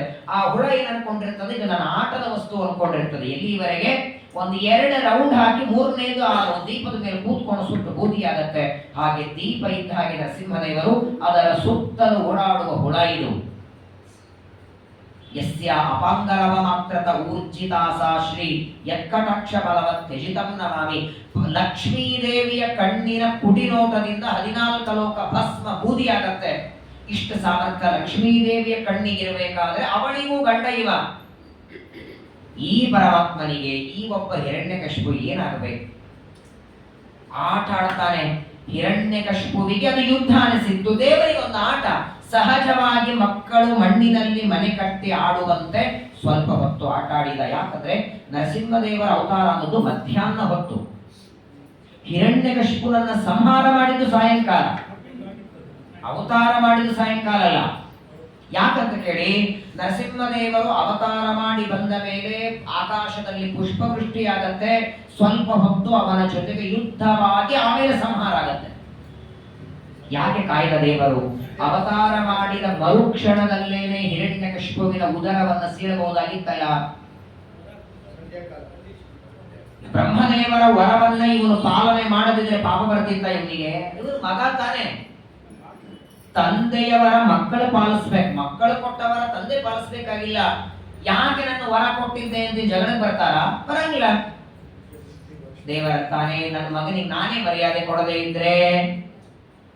ಅನೇಕ ಕಡೆಗೆ ನೀವು ನೋಡಿ, ಇದೇ ಪರೀಕ್ಷಿತ ರಾಜನ ಮೇಲೆ ಬ್ರಹ್ಮಾಸ್ತ್ರವನ್ನ ಅಶ್ವತ್ಥಾಮರು ಬಿಟ್ರೆ, ಆ ಬ್ರಹ್ಮಾಸ್ತ್ರಕ್ಕೆ ತನ್ನ ಮಗ ಅಭಿಮಾನಿ ದೇವತೆ ಅಂತ ಹೇಳಿ ಬ್ರಹ್ಮಾಸ್ತ್ರದಿಂದ ಪರೀಕ್ಷಿತ ಗರ್ಭದಲ್ಲಿ ಸಾಯುವಂತೆ ಮಾಡಿ ಆಮೇಲೆ ಹೊರ ಬಂದಲ್ಲಿ ಬದುಕಿಸಿದ. ಎಲ್ಲ ಕಡೆಗೂ ಮಗನಿಗೆ ಮರ್ಯಾದೆ ಕೊಟ್ಟದ್ದು ದೇವರು. ಬ್ರಹ್ಮದೇವರಿಗೆ, ವಾಯುದೇವರಿಗೆ ವಿಶೇಷವಾಗಿ ಅವರಿಗೊಂದು ಸ್ಥಾನವನ್ನು ಕೊಟ್ಟಿದ್ದಾನೆ. ಬ್ರಹ್ಮದೇವರು ಕೊಟ್ಟ ಎಲ್ಲ ವರಗಳನ್ನು, ಇನ್ನೊಂದೇನು ಅಂದ್ರೆ ಬ್ರಹ್ಮದೇವರ ವರಗಳನ್ನೆಲ್ಲ ಮಾನಿಸಿ ಅದನ್ನೆಲ್ಲ ಪಾಲಿಸಿ ಹಿರಣ್ಯಕಶಿಪುವಿಗೆ ಒಂದು ಜ್ಞಾನ ಕೊಡಬೇಕು. ಬ್ರಹ್ಮದೇವರಿಂದ ಸೃಷ್ಟವಾದ ಪದಾರ್ಥಗಳಿಂದ ಮರಣ ಬೇಡ ಅಂದಿದ್ದಿ, ಬ್ರಹ್ಮದೇವರ ಮೇಲೆ ನಾನು ಈಗಲಾದರೂ ಹರಿಸರ್ವೋತ್ತಮ ಜ್ಞಾನ ಮಾಡಿಕೋ, ಅದೇ ಮೋಕ್ಷಕ್ಕೆ ಕಾರಣ. ಇಷ್ಟು ದಿನಗಳವರೆಗೆ ಬ್ರಹ್ಮದೇವರೇ ಸರ್ವೋತ್ತಮರು ಅಂದ್ಕೊಂಡಿದ್ದ. ಆ ಜ್ಞಾನ ಅವನ ತಲೆಯಿಂದ ಹೋಗಬೇಕು, ಅವನಿಗೆ ಸದ್ಗತಿ ಕೊಡಬೇಕು ಅಂತ ಸ್ವಲ್ಪ ಹೊತ್ತು ಆಟ ಆಡುತ್ತಾರೆ ದೇವರು. ಕರಾಲದಂಷ್ಟ್ರಂ ಕರವಾಲ ಚಂಡಲಂ ಕ್ಷೂರಾಂತ ಜಿಪ್ವಂ ಭೃಗುಟಿ ಮುಖೋಲ್ಬಣ. ಕಣ್ಣು ಕೆಂಪು ಮಾಡಿ ಹಲ್ಲುಗಳನ್ನ ಕಡಿತಾ ನರಸಿಂಹದೇವರ ಜೊತೆಗೆ ಸ್ವಲ್ಪ ಹೊತ್ತು ಆಟ ಆಡಿ ದೇವರು ಯಾವಾಗ ಅವನ ಸಂಹಾರ ಮಾಡುವ ಹೊತ್ತು ಬಂತೋ ಅವನನ್ನ ದರ ದರ ದರ ದರ ಎಳಕೊಂಡು ಹೊಸ್ತಿಲದ ಮೇಲೆ ಬಂದ. ತಾನು ಕೂತ್ಕೊಂಡಿದ್ದಾನೆ, ಹೊಸ್ತಿಲದ ಮೇಲೆ ತಾನು ಕೂತ್ಕೊಂಡಿದ್ದಾನೆ. ಅವನನ್ನ ತನ್ನ ತೊಡೆ ಮೇಲೆ ಹಾಕಿಕೊಂಡ. ನೇರವಾಗಿ ತನ್ನ ಉಗುರಿನಿಂದ ಹೊಟ್ಟೆಯನ್ನ ಸೀಳಲಿಲ್ಲ, ತೊಡೆಯ ಮೇಲೆ ಹಾಕಿಕೊಂಡು ಹಿರಣ್ಯಕಶಿಪುವಿಗೆ ಹೇಳ್ತಾರೆ, ಬ್ರಹ್ಮದೇವರಿಂದ ಏನೇನು ವರಗಳನ್ನ ಬೇಡಿದ್ದಿ ಒಂದು ಬಾರಿ ಎಲ್ಲ ಜ್ಞಾಪಿಸ್ಕೋ ಅಂತಾನೆ. ಸಾಯೋದಕ್ಕೆ ಮೊದಲು ನಿನಗೆ ಗೊತ್ತಾಗಲಿ, ಇಷ್ಟೆಲ್ಲ ವರಗಳನ್ನ ಬ್ರಹ್ಮದೇವರಿಂದ ಬೇಡಿದ್ದೆ, ಆದರೂ ಮರಣ ಬಂತಲ್ಲ, ಹಾಗಾದ್ರೆ ಬ್ರಹ್ಮದೇವರ ವರ ಸುಳ್ಳಾಯಿತು ಅನ್ಕೋಬೇಡ. ಬ್ರಹ್ಮದೇವರ ವರನೂ ಸತ್ಯ. ಆ ಬ್ರಹ್ಮದೇವರು ಕೊಟ್ಟ ಎಲ್ಲ ವರಗಳನ್ನ ಮೀರಿ ಸಂಹಾರ ಮಾಡುವ ನಾನು ಬ್ರಹ್ಮದೇವರಿಗೂ ತಂದೆ. ಅತ್ಯತಿಷ್ಠ ದಶಾಂಗುಲಂ. ಇದೆರಡು ಹಿರಣ್ಯಕಶಿಪು ತೋರಿಸಬೇಕಾಗಿದೆ. ತಂ ವಿಕ್ರಮಂತಂ ಸಗದಂ ಗದಾಧುರೋ. ಪರಮಾತ್ಮನ ಜೊತೆಗೆ ಸ್ವಲ್ಪ ಹೊತ್ತು ಯುದ್ಧ ಮಾಡಿದ ನಂತರದಲ್ಲಿ ದೇವರು ಒಂದೊಂದಾಗಿ ಅವನೇ ನೆನಪು ಮಾಡಿಕೊಡುತ್ತಾರೆ. ಏನೇನು ವರಗಳ ಬೇಡಿದ್ದೆ? ಬ್ರಹ್ಮದೇವರ ಜೊತೆಗೆ ತಪಸ್ಸು ಮಾಡಿ ವರ ಬೇಡುವಾಗ ಬ್ರಹ್ಮದೇವರಿಂದ ಸೃಷ್ಟವಾದ ಪದಾರ್ಥಗಳಿಂದ ಮರಣ ಬೇಡ ಅಂದಿದ್ದೆ. ನಾನು ಬ್ರಹ್ಮದೇವರಿಂದ ಹುಟ್ಟೇ ಇಲ್ಲ, ಇದೀಗ ನಿನ್ನ ಮುಂದೆ ಕಂಬದಿಂದ ಬಂದಿದ್ದೇನೆ, ಸ್ತಂಭಾರ್ಭಕನ. ಎರಡನೇ ವರ ನೀನು ಬೇಡ್ಕೊಂಡದ್ದು ನಾಂತರ್ಬಹಿರ್ ದಿವಾನಕ್ತಂ. ನನಗೆ ಒಳಗೆ ಮರಣ ಬೇಡ, ಹೊರಗೆ ಬೇಡ ಅಂತಿದ್ದೆ, ಅದಕ್ಕೆ ನಿನ್ನನ್ನು ಹೊಸ್ತಿಲ ಮೇಲೆ ಹಾಕೊಂಡಿದ್ದೇನೆ. ಇದನ್ನು ಒಳಗೂ ಅನ್ನಲ್ಲ, ಹೊರಗೂ ಅನ್ನಲ್ಲ. ಹಗಲು ಬೇಡ, ರಾತ್ರಿ ಮರಣ ಬೇಡ ಅಂದಿದ್ದೆ, ಇನ್ನು ಸೂರ್ಯಾಸ್ತ ಆಗ್ತಾ ಇದೆ, ಅರ್ಧ ಸೂರ್ಯ ಮುಳುಗಿದ್ದಾನೆ, ಇದನ್ನು ಹಗಲು ಅನ್ನಲ್ಲ, ರಾತ್ರಿಗೂ ಅನ್ನಲ್ಲ. ಪ್ರಾಣಿಗಳಿಂದ ಬೇಡ, ಪಕ್ಷಿಗಳಿಂದ, ಮನುಷ್ಯರಿಂದ ಮರಣ ಬೇಡ ಅಂದಿದ್ದೆ, ನನ್ನನ್ನು ಪ್ರಾಣಿನೂ ಅನ್ನಲ್ಲ, ಮನುಷ್ಯನೂ ಅನ್ನಲ್ಲ, ನರಸಿಂಹ ನಾನು. ಅಸ್ತ್ರ ಶಸ್ತ್ರ ಬೇಡ ಅಂದಿದ್ದೆ, ನನ್ನ ಉಗುರುಗಳೇ ಸಾಕು, ಅಸ್ತ್ರಗಳು ಬೇಡ ನಿನ್ನನ್ನು ಸಂಹಾರ ಮಾಡೋದಕ್ಕೆ. ಎಷ್ಟು ಚೆನ್ನಾಗಿ ಏನೇನು ವರಗಳನ್ನು ಬ್ರಹ್ಮದೇವರಿಂದ ಬೇಡಿದ್ದಾನೆ ಅದನ್ನೆಲ್ಲ ಜ್ಞಾಪಿಸಿ ಪರಮಾತ್ಮ ಆ ಹಿರಣ್ಯಕಶಿಪುವಿನ ಕೃತ್ವಾಟ್ಟಹಾಸಂ ಕರಮುಕ್ತಲೋಲ್ಬಣಂ ನಿಮೀಲಿತಾಕ್ಷಂ ಜಗೃಹೇ ಮಹಾಜವಃ. ಇಷ್ಟು ಜ್ಞಾಪಿಸಿ ಬ್ರಹ್ಮದೇವರು ಕೊಟ್ಟ ವರಗಳೆಲ್ಲ ನೆನಪಿಸಿ ತನ್ನ ಉಗುರುಗಳಿಂದ ಜೋರಾಗಿ ಅವನ ಹೊಟ್ಟೆಯನ್ನು ಭಗವಂತ ಸೀಳ್ತಾನೆ. ನೋಡಿ, ಉಗುರಿನಿಂದ ಯಾರನ್ನಾದ್ರೂ ಕೊಲ್ಲಿಕ್ಕಾಗತ್ತ? ಸರಿಯಾಗಿ ಚಾಕು ತಗೊಂಡು ಹೊಡಿಲಿಕ್ಕಾಗಲ್ಲ. ದೇವರು ತನ್ನ ಉಗುರಿನಿಂದ ಎರಡು ಕೆಲಸ ಮಾಡಿದ್ದಾನೆ. ಕೈಗಳ ಉಗುರಿನಿಂದ ಹಿರಣ್ಯಕಶಿಪುರನ್ನ ಕೊಂದ್ರೆ, ಕಾಲಿನ ಉಗುರಿನಿಂದ ಜಗತ್ತಿಗೆ ಗಂಗೆ ಕೊಟ್ಟ ಗಂಗಾ ಜನಕ. ಇವತ್ತು ನಾವು ಸ್ನಾನ ಮಾಡುವ ಗಂಗೆ ಬಂದದ್ದೇ ಭಗವಂತನ ಪಾದದ ಉಗುರಿನ ತುದಿಯಿಂದ. ಒಬ್ಬ ವ್ಯಕ್ತಿಯನ್ನ ನಾವು ಹೊಗಳಬೇಕಾದ್ರೆ, ನಿಮ್ ಕಣ್ಣು ಚೆನ್ನಾಗಿದೆ, ಕಿವಿ ಚೆನ್ನಾಗಿದೆ, ನಿಮ್ ಉಗುರು ಚೆನ್ನಾಗಿದೆ, ನೀವು ಉಟ್ಕೊಳ್ಳೋದು ಹೇಗೆ ಧೋತ್ರ ಚೆನ್ನಾಗಿದೆ, ಟಿ ಶರ್ಟ್ ಚೆನ್ನಾಗಿದೆ ಹೊಗಳಲ್ಲ. ಆ ವ್ಯಕ್ತಿಯ ಗುಣ, ಅವರಲ್ಲಿ ಔದಾರ್ಯ ಇದೆ, ಬೇಕಾದಷ್ಟು ಉದಾರತೆ ಇದೆ, ಒಳ್ಳೆ ಸದಾಚಾರಿಗಳಿದ್ದಾರೆ, ಅವರ ಆಚರಣೆ ಬಗ್ಗೆ ಹೊಗಳ್ತೇವೆ. ಕೈಗಳ ಉಗುರುಗಳನ್ನು ನಮ್ಮ ಆನಂದ ತೀರ್ಥ ಭಗವತ್ಪಾದಾಚಾರ್ಯರ ಹೊಗಳಿದ್ದು ನರಸಿಂಹ ನಖಸ್ತುತಿ. ನರಸಿಂಹ ಸ್ತುತಿ ಅಲ್ಲ, ನಖಸ್ತುತಿ. ಪುರುಹೂತ ವೈರಿ ಬಲವನ್ ಮಾತಂಗ ಮಧ್ಯಘಟ ಕುಂಭೋಚ್ಚಾದ್ರಿ ವಿಪಾಟನಾದಿಕ ಪಟು ಪ್ರತ್ಯೇಕ ವಜ್ರಾಯಿತಾಃ ನಖಾಃ ಪಾಂತು ಅಸ್ಮಾನ್. ಪುರುಹೂತ ಇಂದ್ರ, ಪುರುಹೂತನ ವೈರಿ ಶತ್ರುಗಳು, ಪುರುಹೂತ ವೈರಿ ಬಲವನ್ ಬಲಿಷ್ಠರಾದ, ಮಾತಂಗ ಆನೆ, ಆನೆಯ ಕೊಂಭಸ್ಥಳ, ಮಾಧ್ಯಘಟ ಕುಂಭ ಅದರ ಉಚ್ಚಾದ್ರಿ ಪರ್ವತ, ಅದನ್ನ ವಿಪಾಟನ ಕೊಲ್ಲೋದು, ಅದಕ್ಕೆ ಪ್ರತ್ಯೇಕ ವಜ್ರಾಯುಧ. ಪರ್ವತವನ್ನ ಸೀಳುವುದಕ್ಕೆ ಇಂದ್ರದೇವರ ವಜ್ರಾಯುಧ ಹೇಗೋ ಅದನ್ನು ಮೀರಿಸುವ ಸಾಮರ್ಥ್ಯ ಭಗವಂತನ ಉಗುರುಗಳಿಗಿದೆ. ಪರಮಾತ್ಮ ನರಸಿಂಹದೇವರು ತಮ್ಮ ಎರಡು ಉಗುರುಗಳಿಂದ ಅವನ ಹೊಟ್ಟೆಯನ್ನು ಹರಿದು ಕರಳಿನ ಮಾಲೆ ಕಿತ್ತಿ ಕೊರಳಿಗೆ ಹಾಕೊಂಡಿದ್ದಾನೆ. ದಹ ದಹ ನರಸಿಂಹ ಅಸಹ್ಯ ವೀರ್ಯಾಯಿ ತಮ್ಮೆ. ಅದು ಸಹ್ಯ ವೀರ್ಯ ಅಲ್ಲ, ಅಸಹ್ಯ. ಮತ್ತೆ ನಾವೆಲ್ಲ ಕನ್ನಡದಲ್ಲಿ ಅಂತೀವ ಅಸಹ್ಯ ಅಲ್ಲ. ಅಸಹ್ಯ ಅಂದ್ರೆ ದೇವತೆಗಳು ಸಹನೆ ಮಾಡಲಿಕ್ಕಾಗದಿರುವ ವೀರ್ಯ. ನಾರಾಯಣ ಪಂಡಿತಾಚಾರ್ಯ ಹೇಳ್ತಾರೆ, ನಮ್ಮ ಸರ್ವೋತ್ತಮರ ಅಪೇಕ್ಷೆ ಇದೆ. ವಿಜೇಂದ್ರ ತೀರ್ಥರ ನರಸಿಂಹ ಸ್ತುತಿ ಒಂದ್ಸಲ ಆಗಿದೆ, ಭೋಖಂಡಂ. ಈ ನಾರಾಯಣ ಪಂಡಿತಾಚಾರ್ಯ ನರಸಿಂಹ ಸ್ತುತಿ ಒಂದ್ಸಲ, ಅದು ತುಂಬಾ ಕಠಿಣ. ಚಟ ಚಟ ಚಟ ದೂರಂ ಮೋಹಯ ಭ್ರಾಮಯಾರಿನ್ ಕಡಿ ಕಡಿ ಕಡಿ ಕಾಯಂ ಜ್ವಾಲಯ ಸ್ಫೋಟಯಸ್ವ ಜಹಿ ಜಹಿ ಜಹಿ ವೇಗಂ ಶಾಸ್ತ್ರ ವಂಸಾನುಬಂಧಂ ದಹ ದಹ ನರಸಿಂಹಾಸಹ್ಯ ವೀರ್ಯಾಹಿ ತಮ್ಮೆ. ತ್ರಿವಿಕ್ರಮ ಪಂಡಿತಾಚಾರ್ಯ ಮಕ್ಕಳು ನಾರಾಯಣ ಪಂಡಿತಾಚಾರ್ಯ ಮಾಡಿದ್ದು ತುಂಬಾ ಚೆನ್ನಾಗಿದೆ. ಇನ್ನೊಂದ್ಸಲ ಯಾವಾಗಲೇ ಒಂದು 3 ದಿನ 4 ದಿನ 5 ದಿನ ಟೈಮ್ ಇದ್ದಾಗ ಆ ನರಸಿಂಹನ ಸ್ತೋತ್ರವನ್ನು ಪಾರಾಯಣ ಚಿಂತನವನ್ನು ಮಾಡೋಣಂತೆ. ಪರಮಾತ್ಮ ಕರಳಿನ ಮಾಲೆ ಕಿತ್ತಿಕೊಳ್ಳಿ ಹಾಕೊಂಡಿದ್ದಾನೆ. ಆಕಾಶದಲ್ಲಿ ದೇವತೆಗಳೆಲ್ಲ ಪುಷ್ಪವೃಷ್ಟಿ ಮಾಡ್ತಾರೆ. ಸಟಾವಧೂತಾಚಲವಾಪರಾಪತಂಗ್ರಹಾಶ್ಚ ತದ್ದೃಷ್ಟಿ ವಿನಷ್ಟ ರೋಚಿಷಃ. ನರಸಿಂಹದೇವರು ಹಿರಣ್ಯಕಶಿಪುವಿನ ಉದರ ಸೀಳಿದರೆ ಆನಂದ ಎಷ್ಟು ಜನರಿಗಾಗಿತ್ತು. ಸಾಮಾನ್ಯವಾಗಿ ಪ್ರಪಂಚದಲ್ಲಿ ನೋಡಿ, ಬೇಕಾದ ಈಗ 22ನೇ ತಾರೀಕು 30-40 ಜನ ಬೇರೆ ಬೇರೆ ಬೇರೆ ದೇಶದವರೆಲ್ಲ ಕಾಶ್ಮೀರದಲ್ಲಿ ಸತ್ತೋದು. ನೀವು ಅವರನ್ನು ನೋಡಿಲ್ಲ, ಇದಕ್ಕಿಂತ ಮೊದಲು ನಾವು ನೋಡಿಲ್ಲ. ಆದರೂ ಮನಸ್ಸಲ್ಲಿ ದುಃಖ ಉಂಟೋ ಇಲ್ಲೋ? ಅಮಾಯಕರು ಏನೋ ಪಾಪ ನೋಡೋದಕ್ಕೆ ಹೋದವರು. ಅವ್ರೇನು ಮಧು ಸಂಘಕ್ಕೆ ಒಂದ್ಸಲ ಪ್ರವಚನಕ್ಕೆ ಬಂದಿಲ್ಲ, ಪಾಠಕ್ಕೆ ಬಂದಿಲ್ಲ, ಮಧುರನ್ನು ಊಟಕ್ಕೆ ಬಂದಿಲ್ಲ. ಬಂದಿದ್ರ ಮಧುರನ್ನು ಊಟಕ್ಕೆ ಬಂದಿದ್ರು, ನಿಮ್ಮ ಪಕ್ಕದಲ್ಲಿ ನಿಮ್ಗೊಂದು ಅವ್ರು ಎಲೆ ಹಿಡಿದಿದ್ರು, ಒಂದು ಅಕಸ್ಮಾತ್ ಎಲೆ ಹಿಡಿದವರು ಇದ್ರು ಅಂದ್ರೆ ಅವ್ರು ಹೋದ್ರಂತ ಗೋವಿಂದಾನೆ. ಪರಿಚಯವಿಲ್ಲ, ನೋಡಿಲ್ಲ, ಆದರೂ ಎಷ್ಟೋ ಜನ ಕರ್ನಾಟಕದವರು ಇಬ್ಬರಿದ್ದಾರೆ, 3-4 ಜನ ಕರ್ನಾಟಕದವರು ಇದ್ದಾರೆ, ಮಹಾರಾಷ್ಟ್ರದವರು ಇದ್ದಾರೆ. ಆದರೂ ನಮ್ಮ ದೇಶದವರೆಲ್ಲ ಕೊಂದರು ಅನ್ನುವ ದುಃಖ ಆಗತ್ತಲ್ಲ. ಅದೇ ಸ್ಥಾನದಲ್ಲಿ ಯಾರಾದ್ರೂ ದುಷ್ಟರು, ನೀಚರು, ಪಾಪಿಗಳು ಯಾರು ಹೊಡೆಸ್ಕೊಂಡು ಸತ್ತಿದ್ರೆ ದುಃಖ ಆಗ್ತಿತ್ತ? ಚೆನ್ನಾಗಾಯ್ತು ಅಂತೀವಿ. ಹಿರಣ್ಯಕಶಿಪು ಸತ್ರೆ ಒಬ್ಬರಿಗೋ ಇಬ್ಬರಿಗೋ ಮೂವರಿಗಲ್ಲ, ಬ್ರಹ್ಮದೇವರನ್ನ ಆರಂಭ ಮಾಡಿಕೊಂಡು ದೇವತೆಗಳಿಗೆ ಎಷ್ಟು ಆನಂದ. ದೇವತೆಗಳಿಗಲ್ಲ, ದೇವತೆಗಳಿಗೆ, ಋಷಿಗಳಿಗೆ, ಪಿತೃಗಳಿಗೆ, ಗಂಧರ್ವರಿಗೆ, ಕ್ಷಿತಿಪರಿಗೆ, ಆಚಾರಜರಿಗೆ, ಕರ್ಮಜ ದೇವತೆಗಳಿಗೆ, ಸಿದ್ಧ ದೇವತೆಗಳಿಗೆ, ಸಾಧ್ಯ ದೇವತೆಗಳಿಗೆ, ಪಿತೃದೇವತೆಗಳಿಗೆ, ಇಂಥವರಿಗೆ ಆನಂದ ಆಗಿಲ್ಲ ಅಂತಿಲ್ಲ. ಇದರಿಂದ ವಿಚಾರ ಮಾಡಿ ಎಷ್ಟು ಜನರಿಗೆ ತೊಂದರೆ ಕೊಟ್ಟಿದ್ದಾನ. ಪ್ರತಿಯೊಬ್ಬರು ಹಿರಣ್ಯಕಶಿಪುನನ್ನ ಕೊಂದು ಇನ್ನೂ ಆ ಶರೀರ ಕೆಳಗಿಟ್ಟಿಲ್ಲ ದೇವರು.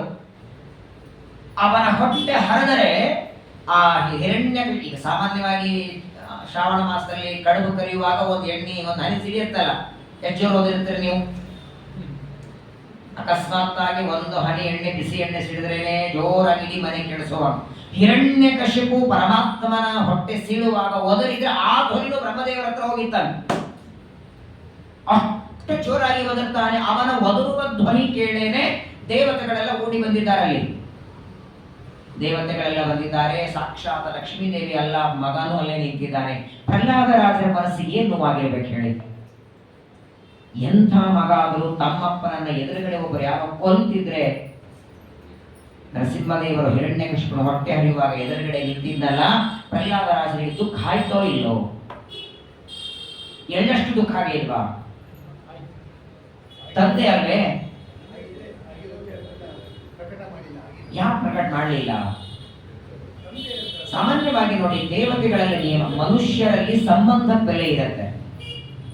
ಮನುಷ್ಯರಲ್ಲಿ ಸಂಬಂಧಕ್ಕೆ ಬೆಲೆ, ದೇವತೆಗಳಲ್ಲಿ ಸಂಬಂಧಕ್ಕೆ ಬೆಲೆ ಇರಲ್ಲ, ಭಕ್ತಿಗೆ ಬೆಲೆ. ತಂದೆಯಾದರೂ ಅವನು ವಿಷ್ಣು ದ್ವೇಷಿಯಾದದ್ದರಿಂದ ಬಹಳ ದುಃಖ ಆಗಲಿಲ್ಲ ಅವರಿಗೆ. ಆನಂದ ಆಯ್ತಂತೆ ಉಲ್ಟಾ. ಏನ್ರಿ ಪ್ರಹ್ಲಾದ ತಂದೆಯನ್ನ ಒಬ್ಬರು ಕೊಲ್ತಾ ಇದ್ರೆ ಆನಂದ ಪಡ್ತಾನೆ, ಇಂಥ ಪ್ರಹ್ಲಾದನನ್ನ ದೇವರು ಅಂತೀರಿ ನೋಡಿ. ಪ್ರಹ್ಲಾದರಾಜರಿಗೆ ಆನಂದ ಆದದ್ದು ಯಾಕೆ? ನಮ್ಮ ಅಪ್ಪನನ್ನ ಕೊಂದ ಅಂತಲ್ಲ. ಪ್ರಪಂಚದೊಳಗೆ ಎಲ್ಲರೂ ಅಪೇಕ್ಷೆ ಪಡೋದು ಎರಡು: ಜನ್ಮ ಹೇಗೆ ಸುಖವಾಗಿ ಆಗಲಿ, ಯಾವುದೇ ರೀತಿಯಾದ ಆಪರೇಷನ್ ಇಲ್ಲದೆ ನ್ಯಾಚುರಲ್ ಆಗಿ ಜನ್ಮ ಆಗಲಿ ಅಂತಾರೋ ಹಾಗೆ ಮರಣನು ಒಳ್ಳೆಯದಾಗಿ ಬರಲಿ. ಎಲ್ಲೋ ಕೋಮಾದಲ್ಲಿ ಬಿದ್ದು ಈ ರೀತಿ ಯಾರ್ದೋ ದುಷ್ಕರ್ಮಗಳಿಂದ ಹೊಡೆಸ್ಕೊಂಡಿಲ್ಲವ, ಆತಂಕವಾದಿಗಳಿಂದ ಹೊಡೆಸ್ಕೊಂಡ ಸತ್ತದ್ದಲ್ಲ. ಹಿರಣ್ಯಕಶಿಪುನನ್ನ ಕೊಂದದ್ದು ಯಾರು? ಯಾವ ದೇವರ ಶಾಲಿಗ್ರಾಮದ ಅಭಿಷೇಕ ಮಾಡಿದ ಒಂದು ಹನಿ ಸಲೆ ಕ್ಷಿಡಿಸ್ಕೊಂಡ್ರೇನೆ ಅನಂತ ಜನ್ಮಗಳ ಪಾಪ ಭಸ್ಮ ಆಗತ್ತೆ. ಅಂಥವನ ಉಗುರು ಅವನು ಹೋಗಿ ಹೊಟ್ಟೆಗೆ ಹತ್ತಿದೆ. ಮತ್ತಿದ್ರೆ ಸಂತೋಷ ಆಗಲ್ವಾ? ಪ್ರಹ್ಲಾದ ಅಂತಾನೆ, ನಮ್ಮಪ್ಪ ಮಾಡಿದ ಪಾಪ ನೋಡಿದ್ರೆ ಎಂಥ ಮರಣ ಬರಬೇಕಾಗಿತ್ತು ಅವನಿಗೆ. ನಾವಂತೀವೋ ಇಲ್ಲೋ? ಬಹಳ ಪಾಪ ಮಾಡಿದ್ರೆ ಬಹಳ ದೊಡ್ಡ ದುರ್ಮರಣ ಬರಬೇಕ್ರಿ. ಸಾಯೋ ಕಾಲದಲ್ಲಿ ಕಾಲಲ್ಲಿ ಹುಳ ಆಗ್ಬೇಕು ಅವನಿಗೆ. ಇಷ್ಟು ಬ್ರಾಹ್ಮಣರ ಬೈದಿದ್ದಾನೆ, ಹಾಗೆ ಹೀಗೆ ಅಂತ ಎಂಟತ್ತು ಶಾಪ ಹಾಕ್ತೇವೆ. ವಾಸ್ತವಿಕ ನೋಡಿದರೆ ಪ್ರಹ್ಲಾದ ಹಿರಣ್ಯಕಶಿಪು ದೇವರ ಬೈದದ್ದು ನಿಂದೆ ನೋಡಿದರೆ ಘೋರ ಮರಣ ಬರಬೇಕಾಗಿತ್ತು. ಆದರೆ ಸಾಕ್ಷಾತ್ ದೇವರು ಎಲ್ಲೋ ಒಂದು ಮಂಚಿನ ಮೇಲೆ ಮಲಗಿಸಿ, ಕುರ್ಚಿ ಮೇಲೆಲ್ಲ ತೊಡೆ ಮೇಲೆ ಹಾಕೊಂಡಿದ್ದಾನೆ. ತೊಡೆ ಮೇಲೆ ಯಾರ್ಯಾರಿಗೆ ಹಾಕೋತಾರೆ? ಮಕ್ಕಳನ್ನ ತಾಯಿ. ಮತ್ತೆ ಇವನು ತಾಯಿ ಇವೆ ತ್ವಮೇವ ಮಾತಾಚ ಪಿತಾ ತ್ವಮೇವ ಜಗತ್ತಿನ ತಾಯಿ. ಹಿರಣ್ಯಕಶಿಪುನನ್ನ ದೂರದಿಂದಲೇ ಕೊಲ್ಲಬಹುದಾಗಿತ್ತು, ತೊಡೆ ಮೇಲೆ ಮಲಗಿಸಿಕೊಂಡ. ತೊಡೆಯ ಮೇಲೆ ಮಲಗಿಸಿಕೊಂಡು ಪರಮಾತ್ಮ ಉಗುರಿನಿಂದ ಕೊಲ್ಲೋದಕ್ಕೆ ಹಿರಣ್ಯಕಶಿಪುನ ಪ್ರೀತಿ ಅಲ್ಲ, ಆ ಕೂಸಿನ ಮೇಲಿನ ಪ್ರೀತಿ ಅದು. ಹಾಗಾಗಿ ತಂದೆ ಸತ್ತ ದುಃಖ ಪ್ರಹ್ಲಾದರಿಗಿದ್ದರೂ ದುಃಖಕ್ಕಿಂತ ಆನಂದ ಹೆಚ್ಚಾಯಿತು. ನಮ್ಮಪ್ಪ ಯಾವುದೋ ಒಬ್ಬ ದುಷ್ಟನಿಂದ ಸಾಯಲಿಲ್ಲ, ದುರ್ಮರಣ ಬಂದು ಸಾಯಲಿಲ್ಲ, ಮದ್ಯಪಾನ ಮಾಡಿ ಏನೋ ಮಾಡಿ ಎಲ್ಲೋ ಹಠಾರದಲ್ಲಿ ಬಿದ್ದು ಎಷ್ಟೋ ಜನ ಪ್ರಾಣ ಬಿಟ್ಟಿರ್ತಾರೆ, ಬೆಳಗಿಂದಲೂ ಗೊತ್ತಾಗಿರ್ತಾರೆ ಹೋಗ್ಯಾರಂತೆ. ಆ ತರಹದ ದುರ್ಮರಣ ನಮ್ಮ ಅಪ್ಪನಿಗೆ ಬರಲಿಲ್ಲ. ಸಾಕ್ಷಾತ್ ವೈಕುಂಠಾಧಿಪತಿ ಪರಮಾತ್ಮನಿಂದ ಸತ್ತ ಅಂತ ಆನಂದದಲ್ಲಿದ್ದಾರೆ. ದೇವತೆಗಳೆಲ್ಲ ಬಂದಿದ್ದಾರೆ. ಬ್ರಹ್ಮದೇವರು, ವಾಯುದೇವರು, ಗರುಡ, ಶೇಷ, ರುದ್ರ, ಇಂದ್ರ, ಚಂದ್ರ, ನಾಗರು, ಸಿದ್ಧರು, ಸಾಧ್ಯರು ಎಲ್ಲ 3 ಕೋಟಿ ದೇವತೆಗಳು ಪ್ರಹ್ಲಾದರ ಮನೆಯೊಳಗೆ. ಯಾರ್ರೀ ಕರೆದ್ರೊಬ್ಬರು ಆಚಾರ ಬರಲ್ಲ ಸರಿಯಾಗಿ ಟೈಮಿಗೆ. ಎಷ್ಟೋ ಹಳ್ಳಿ ಊರುಗಳಲ್ಲಿ ನಾನು ಅನುಭವಿಸಿದ್ದು ಹೇಳ್ತೇನೆ. ಎಷ್ಟೋ ಹಳ್ಳಿಗಳಲ್ಲಿ ಅವರವರ ತಂದೆ ಶ್ರಾದ್ದ ಮಾಡಿಸೋದಕ್ಕೆ ಒಬ್ಬ ಆಚಾರ ಸಿಗಲ್ಲ. ಅಷ್ಟ ದೂರ ಏನೋ ಕಾರಣ ಹೋಗ್ಲಿಕ್ಕಾಗಲ್ಲ, ಏನೋ ಒಂದು ಸಮಸ್ಯೆ. ಬೆಂಗಳೂರಿನಲ್ಲಿ ಇದ್ದವರಿಗೆ ದೊಡ್ಡ ಸೌಭಾಗ್ಯ, ಕರೆದ್ರೆ ಒಬ್ಬರು ಆಚಾರ ಮನೆಗೆ ಬರೋರು ಇದ್ದಾರಲ್ಲ. ಪ್ರಹ್ಲಾದರ ಆಚಾರ ಮನೆಯಲ್ಲಿ ನೋಡಿ ದಿವಾನು ದೇವತೆಗಳೆಲ್ಲ ಬಂದಿದ್ದಾರೆ. ಆ ದೇವತೆಗಳೆಲ್ಲ ಪರಮಾತ್ಮನನ್ನ ಒಬ್ಬೊಬ್ಬರಾಗಿ ಸ್ತೋತ್ರ ಮಾಡ್ತಾರೆ. ಬ್ರಹ್ಮದೇವರನ್ನ ಆರಂಭ ಮಾಡಿಕೊಂಡು ಎಲ್ಲ ದೇವತೆಗಳು ಇನ್ನು ಆ ಶವವನ್ನ ಕೆಳಗಿಟ್ಟಿಲ್ಲ, ಹೆಣವನ್ನ ಇನ್ನು ಹಿರಣ್ಯಕಶಿಪುರ ದೇಹ ಕೆಳಗಿಟ್ಟಿಲ್ಲ. ಆ ಉದರ ಸೀಳಿದ್ರೆ ಮೈಗೆಲ್ಲ ರಕ್ತ ಹತ್ತಿದ. ದೇವರಿಗೆ ಮೈಲಿಗೆ ಆಗ್ಲಿಲ್ವಾ? ಒಂದು ಮೈ ತುಂಬಾ ರಕ್ತ ಸಿಡಿದದ್ದಕ್ಕೆ ಮೈಲಿಗೆ ಆಗಬೇಕು. ಎರಡನೇದು ಅಲ್ಲೆಲ್ಲೋ ಶವ ಇದ್ರೆ ಇಲ್ಲಿ ಕೂತಲ್ಲೇನೆ ಮೈಲಿಗೆ. ಎಷ್ಟೋ ಜನ ಯಾರಾದ್ರೂ ಹೋದವ್ರ ಮನೆಗೆ ಹೋಗಿರ್ತೇವೆ, ನಾನೇನು ಶವ ಮುಟ್ಟಲ್ಲ, ಅವ್ರ ಮನೆಗೆ ಹೋಗಿದ್ದಕ್ಕೆ ಸ್ನಾನ ಮಾಡಿ ಬರ್ತಾ ಬಿದ್ದ ತೊಡೆ ಮೇಲೆ ಶವ ಇದೆಯಲ್ಲ,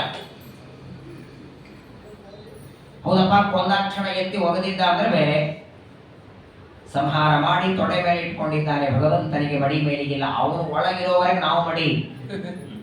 ನಾವು ಮಡಿಯಾಗೋದು ಅವ ಒಳಗಿರೋವರೆಗೆ. ಯಾವತ್ತು ಹೊರ ಹೋಗೋ ಡಿಸೈಡ್ ಮಾಡ್ತಾನೆ ಅವತ್ತಿನಿಂದಲೇ ನಾವು ಮೈಲಿಗೆ. ಎಷ್ಟು ಮೈಲಿಗೆ ಅಂದ್ರೆ ಯಾರು ಹತ್ರ ಸೇರಿಸ್ಕೊಳ್ಳಲ್ಲ, ಅವರೆಲ್ಲ 10 ದಿನ ಸೂತ ಕೂತಿರ್ತಾರೆ. ಹಾಗಾಗಿ ಬಿಂಬನಾದ ಭಗವಂತ ಪರಮಾತ್ಮನಿಗೆ ಸಕಲ ದೋಷಗಳಿಂದ ದೂರನಾದವ. ಆ ಪ್ರಚಂಡವ ಮೊದಲೇ ಕೆಂಪು ಮುಖ, ಕಣ್ಣು ಕೆಂಪು ಮಾಡ್ತಾನೆ, ಜೋರಾಗಿ ಹಲ್ಲು ಕಡಿತಿದ್ದಾನೆ. ಮೇಲಾಗಿ ಹಿರಣ್ಯಕಶಿಪುವಿನ ಶರೀರವನ್ನ ಅದರ ದೇಹದಿಂದ ಮತ್ತ ರಕ್ತ ಎಲ್ಲ ಒಂದೊಂದು ಕಡೆ ಸಿಡಿದಿದೆ. ಹೇಗೆ ಕಾಣಿಸ್ತಿದ್ದ ದೇವರು? ಉಗ್ರವಾದ ರೂಪ, ಕೆಂಪ ಕಣ್ಣು, ಕರಾಳವಾದ ಮುಖ, ಉಗ್ರ ದೌಷ್ಟ, ಹಲ್ಲು ಕಡಿತಾನೆ. ಮೇಲೆ ಅಲ್ಲಲ್ಲಲ್ಲಿ ರಕ್ತಗಳ ಸಿಡಿದಿದೆ. ನೋಡಿದ್ರೆ ಭಯ ಆಗಬೇಕು. ಆ ನರಸಿಂಹದೇವರನ್ನ ಶಾಂತನಾಗು ಸ್ವಾಮಿ, ಆಯ್ತಲ್ಲ ದೈತ್ಯರ ಸಂಹಾರ ಮಾಡಿದ್ದಿ, ಸ್ವಲ್ಪ ನಿನ್ನ ಮುಖದಲ್ಲಿ ನಗು ಬರಲಿ. ಒಬ್ಬ ವ್ಯಕ್ತಿ ಒಂದು ಒಳ್ಳೆಯ ಕೆಲಸ ಮಾಡಿದ್ರೆ ಹೊಗಳಬೇಕಂತೆ. ನಾನು ಅನೇಕ ಸಲ ಹೇಳಿದ್ದೇನೆ. ಒಬ್ಬ ಭಕ್ತ 100 ಪ್ರದಕ್ಷಿಣೆ ಹಾಕಿ ದೇವರ ಹತ್ರ ಒಂದೇ ಪ್ರಶ್ನೆ ಕೇಳ್ತಾನೆ, ನಿನಗೆ ಹೆಚ್ಚು ಪ್ರೀತಿ ಮಾಡುವ ಭಕ್ತರು ಅಂದ್ರೆ ಯಾರು? ಯಾರ ಮೇಲೆ ಹೆಚ್ಚು ಪ್ರೀತಿ ನೀ ಮಾಡ್ತೀವಿ? ನಿತ್ಯ ದೇವರ ಪೂಜೆ ಮಾಡೋರ ಮೇಲೆ ಪ್ರೀತಿ ಹೆಚ್ಚು ಮಾಡ್ತೀಯೋ, ಪಾಠಕ್ಕೆ ಹೋಗೋರ ಮೇಲೆ ಮಾಡ್ತೀಯೋ, ಪ್ರವಚನಕ್ಕೆ ಹೋಗೋರ ಮೇಲೆ ಮಾಡ್ತೀಯೋ, ಅಥವಾ ನಿತ್ಯ ಅನ್ನ ಮಾಡಿ ನೈವೇದ್ಯ ಮಾಡೋರ ಮೇಲೆ ಹೆಚ್ಚು ಪ್ರೀತಿ ಮಾಡ್ತೀಯೋ, ತಾವೇ ತಮ್ಮ ಕೈಯಾರೆ ಮನೆಯನ್ನ ಸಾರಿಸಿ ಪಾತ್ರೆ ತಿಕ್ಕಿ ಯಾರು ಮಾಡ್ತಾರೋ ಅವ್ರ ಮೇಲೆ ಹೆಚ್ಚು ಪ್ರೀತಿ ಮಾಡ್ತೀಯೋ?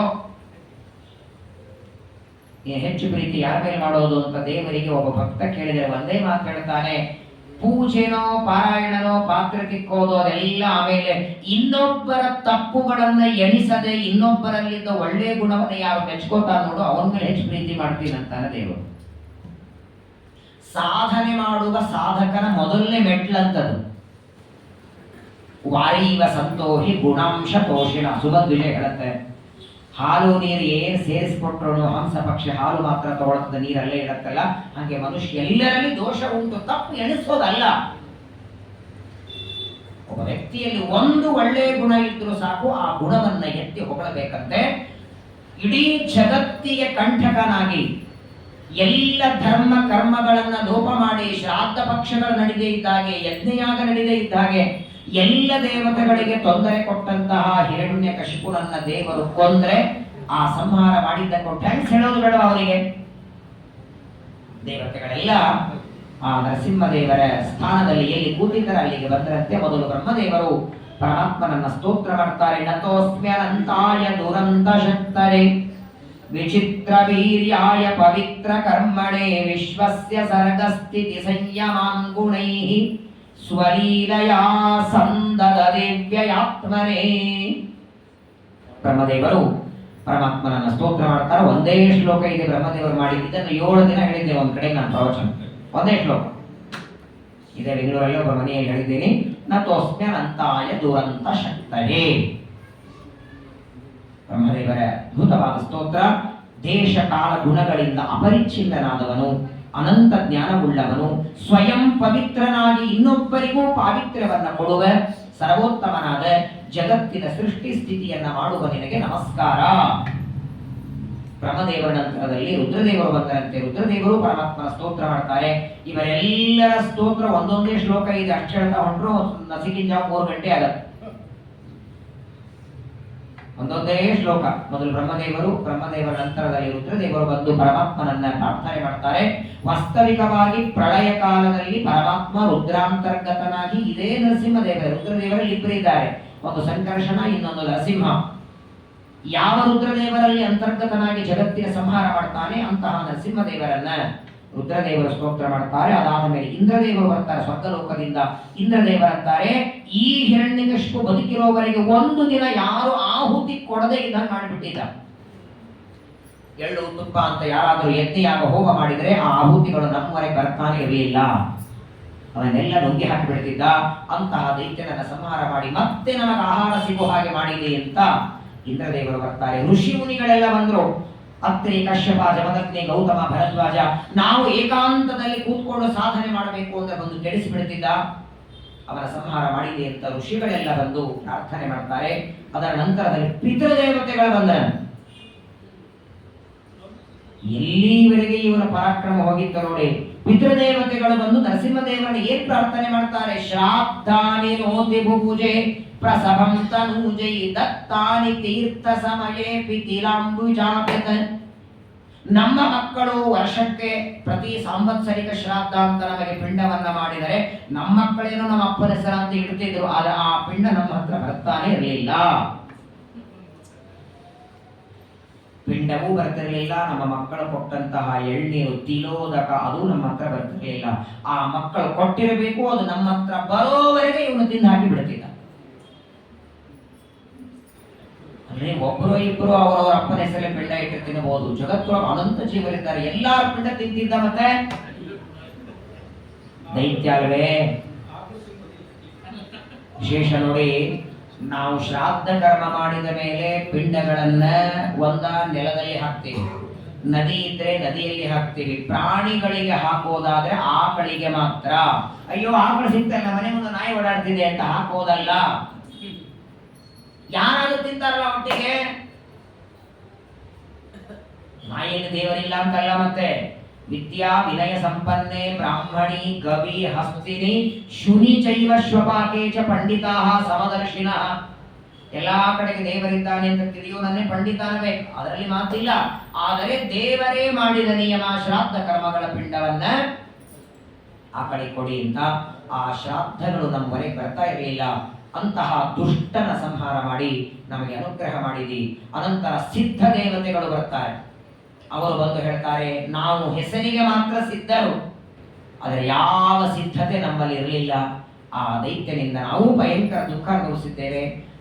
ಮುಂದೆ ವಿದ್ಯಾಧರರು ಬರ್ತಾರೆ, ನಾಗದೇವತೆಗಳು ಬರ್ತಾರೆ, ಮನುಗಳು ಬರ್ತಾರೆ. ಈಗಾಗಲೇ 6 ಜನ ಮನುಗಳಾಗಿದ್ದಾರೆ. ಆ ಎಲ್ಲ ಮನುಗಳು ಬಂದು ಪ್ರಾರ್ಥನೆ ಮಾಡ್ತಾರೆ. ಪ್ರಜಾಪತಿಗಳು ಬರ್ತಾರೆ. ದೇವಗಂಧರ್ವರು, ಗಂಧರ್ವರಲ್ಲಿ 2 ಇದ್ದಾರೆ. ದೇವಲೋಕದಲ್ಲಿ ಹಾಡುವ ಗಂಧರ್ವರನ್ನ ದೇವಗಂಧರ್ವರು, ಮನುಷ್ಯರಲ್ಲಿದ್ದವರನ್ನ ಮನುಷ್ಯ ಗಂಧರ್ವರು ಅಂತಾರೆ. ಅವರು ಬಂದಿದ್ದಾರೆ. ಚಾರಣರು ಬರ್ತಾರೆ, ಯಕ್ಷರು ಬರ್ತಾರೆ, ಕಿಂಪುರುಷರು, ವೇತಾಳರು.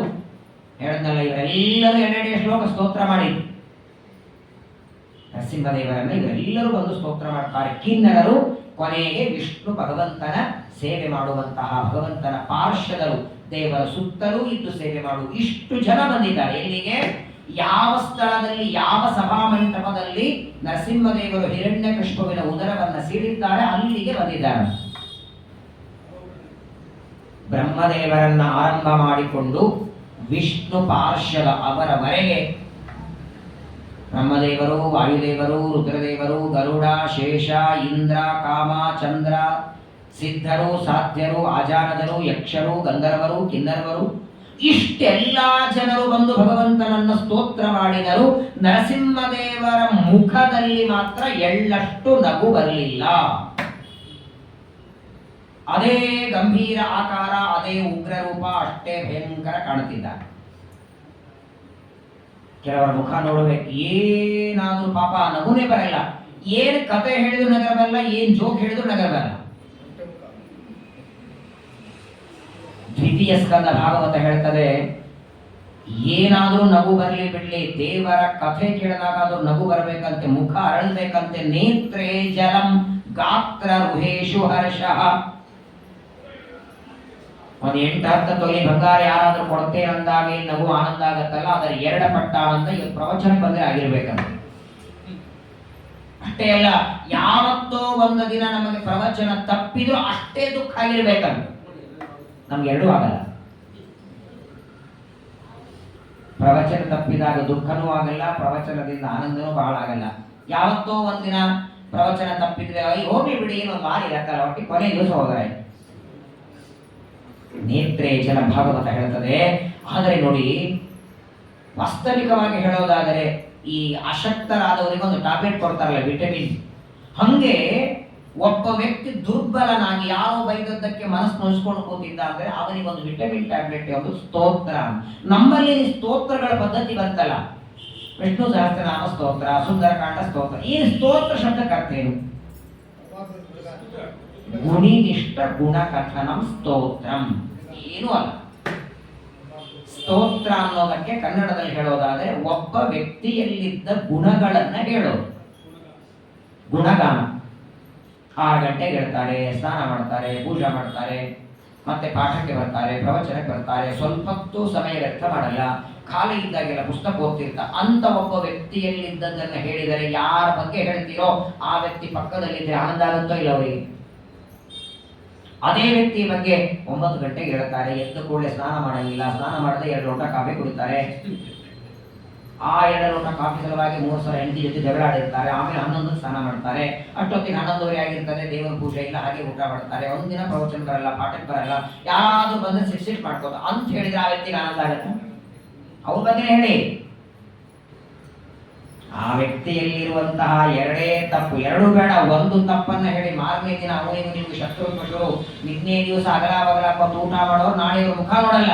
ಹಾಗಾದ್ರೆ ಸ್ತೋತ್ರ ಯಾವುದೇ ವ್ಯಕ್ತಿಗೆ ಮಾಡಿ ಮುಖದಲ್ಲಿ ಸ್ವಲ್ಪ ಆದ್ರೂ ನಗು ಬರಬೇಕೋ ಬೇಡ? ಒಬ್ಬರು ಇಬ್ಬರಲ್ರಿ, ಬ್ರಹ್ಮದೇವರನ್ನ ಆರಂಭ ಮಾಡಿ ಎಲ್ಲಾ ದೇವತೆಗಳ ಸ್ತೋತ್ರ ಮಾಡಿದ್ರು ಯಪ್ಪ ನಗಲೇ ಇಲ್ಲ. ಮುಖದಲ್ಲಿ ನಗು ಇಲ್ಲ, ಗಂಟು ಮುಖ ಹಾಕಿದ್ದಾನೆ, ಅದೇ ಭಯಂಕರವಾದ ಉಗ್ರ ರೂಪದಲ್ಲಿ ಕೂತಿದ್ದಾನೆ. ಕೊನೆ ಬ್ರಹ್ಮದೇವರು ವಿಚಾರ ಮಾಡಿದ್ರು, ನರಸಿಂಹದೇವರ ಮುಖದಲ್ಲಿ ನಗು ಬರಬೇಕಾದರೆ ಹೆಂಡತಿಯನ್ನ ಕಳಿಸೋಣ. ಎಲ್ಲ ದೇವತೆಗಳ ಸ್ತೋತ್ರ ಮಾಡಿ ಪರಮಾತ್ಮನನ್ನ ನಗಿಸೋದಕ್ಕೆ ಅವನ ಮುಖದಲ್ಲಿ ನಗು ಬರಲಿ, ಅವನ ಕೋಪ ಶಾಂತ ಆಗಲಿ ಅಂತ ಸ್ತೋತ್ರ ಮಾಡಿದರೂ ನಗದಿದ್ದಾಗ ಬ್ರಹ್ಮದೇವರು ಪರಮಾತ್ಮನ ಮಡದಿ. ಸಾಮಾನ್ಯವಾಗಿ ಜಗತ್ತೊಳಗೆ ಎಷ್ಟೇ ಕೋಪ ಮಾಡಿಕೊಂಡ್ರು ಹೆಂಡತಿಯ ಮುಖ ನೋಡಿದ್ರೆ ಆನಂದ ಆಗತ್ತಲ್ಲ. ಅಲ್ಲ, ಕೆಲವರಿಗೆ ಅವ್ರ ಮುಖ ನೋಡ್ಕೊಂಡ್ ಬಂದಿರ್ತಾರೆ, ಆ ಮಾತು ಬೇರೆ. ಉಳಿದ ಟೈಮಲ್ಲಿ ಏನು ಆನಂದವಾಗಿರ್ತಾರೆ, ಸುರಕ್ಷಿತ ಇರ್ತಾರೆ, ಅವ್ರ ಮುಖ ನೋಡಿ ಕೋಪ ಬರ್ತದೆ. ಅದು ಮನುಷ್ಯರ. ಆದ್ರೆ ಬಹಳ ಜನರಿಗೆ ಏನ್ ಬೇಕಾದ್ರಾಗ್ಲಿ ಎದುರುಗಡೆ ಹೆಂಡತಿ ಬಂದಿದ್ರೆ ಒಂದೇನೋ ಆನಂದ. ಹಂಗೆ ಲಕ್ಷ್ಮೀ ದೇವಿಯನ್ನ ಕರೆಸಿ ಅವಳಿಂದ ಸ್ತೋತ್ರ ಮಾಡಿಸಿದ್ರೆ ಸ್ವಲ್ಪ ಅದರ ಮುಖದಲ್ಲಿ ನಗು ಬರಬಹುದೇನೋ ಅಂತ ಸಾಕ್ಷಾತ್ ಶ್ರೀ ಪ್ರೇಷಿತಾ ದೇವಿ ದೃಷ್ಟ್ವಾ ತನ್ಮಹದದ್ಭುತಂ. ಬ್ರಹ್ಮದೇವರು ಪ್ರಾರ್ಥನೆ ಮಾಡ್ತಾರೆ ಲಕ್ಷ್ಮೀ ದೇವಿಗೆ, ನಮ್ಮ ನಾವೆಲ್ಲರೂ ಆಪಾದ ಮಸ್ತಕ ಸ್ತೋತ್ರ ಮಾಡಿದ್ರು ನಮ್ಮ ಅಪ್ಪೆ ನಗಲಿಲ್ಲ, ನೀ ನಗಿಸೋದ ಪ್ರಯತ್ನ ಮಾಡು. ಯಾಕಂದ್ರೆ ಪ್ರಳಯ ಕಾಲದಲ್ಲಿಯೂ ಅವನ ಜೊತೆಗಿದ್ದವಳು ನೀವು ಒಬ್ಬಳೇ ಅಲ್ವೇ?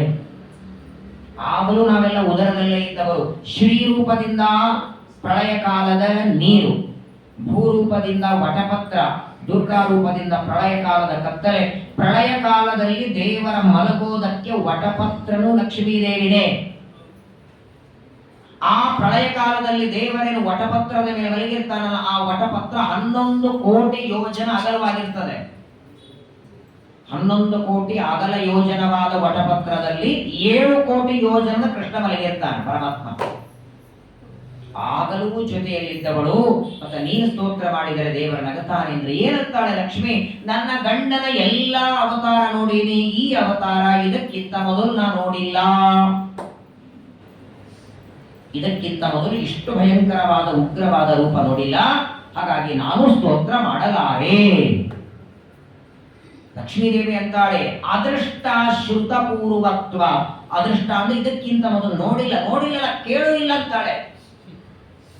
ಇಂತಹ ಉಗ್ರವಾದ ರೂಪದ ಬಗ್ಗೆ ನೋಡೇ ಇಲ್ಲ.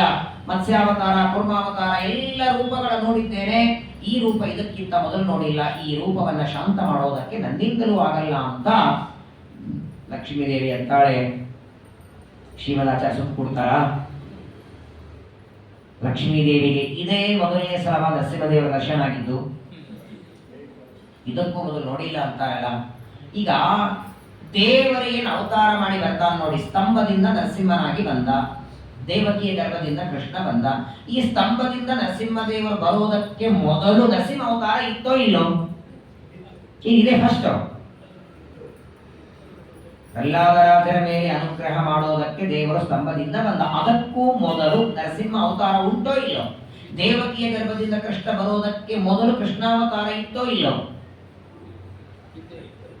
ದೇವರ ಎಲ್ಲ ಅವತಾರಗಳು ವೈಕುಂಠದಲ್ಲಾಗುತ್ತೆ, ಇಲ್ಲಲ್ಲ.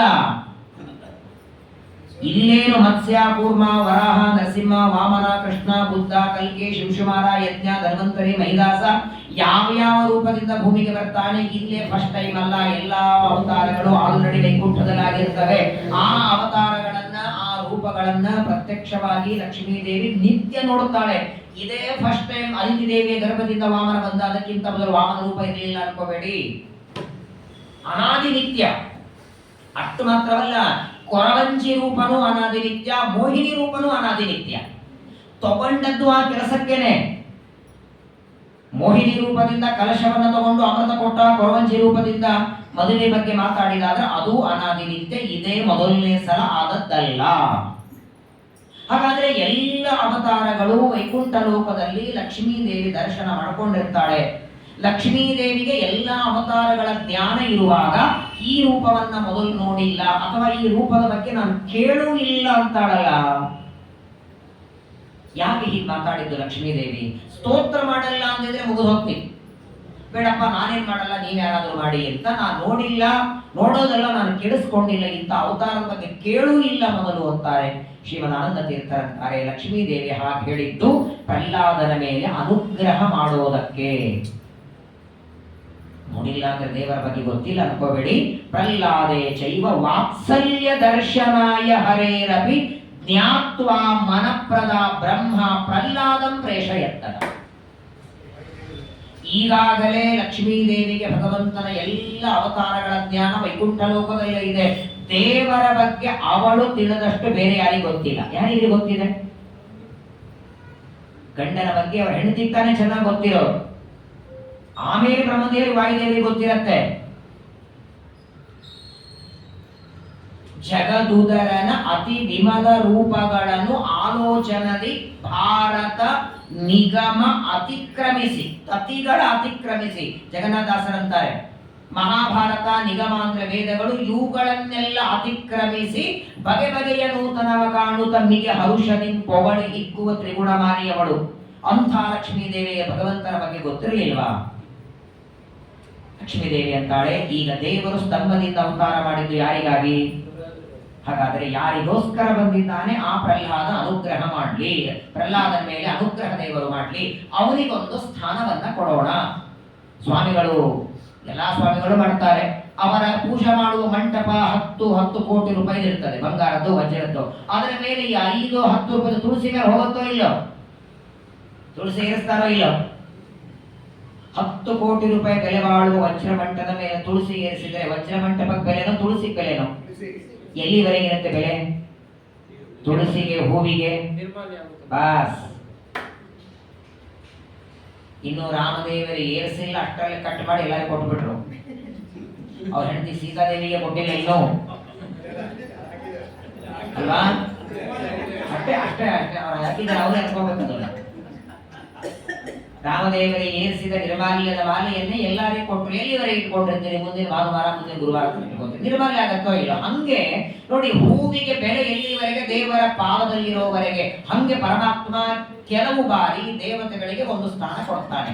ಇದು ಇಲ್ಲಿ ಪ್ರಹ್ಲಾದರಿಗೆ, ಅಲ್ಲಿ ಅಂಬರೀಷ ರಾಜ ದುರ್ವಾಸರ ಗೂಡು ಬರ್ತಾರೆ. ದುರ್ವಾಸಕ್ಕಿಂತ ಅಂಬರೀಷ ದೊಡ್ಡವನೇ. ಹಾಗಾದರೆ ಮನೋನಿಯಾಮಕ ರುದ್ರದೇವರು ಅವತಾರ. ಎಲ್ಲೆಲ್ಲಿ ಈ ತರಹದ ಭಕ್ತರ ಕಥೆ ಬರ್ತದೆ ನೋಡಿ, ತಾತ್ಕಾಲಿಕವಾಗಿ ಆ ಭಕ್ತರಿಗೆ ಒಂದು ಸ್ಥಾನ ಕೊಡಬೇಕು ಅಂತ ದೇವರೇ ಹಾಗೆ ಮಾಡ್ತಾನೆ.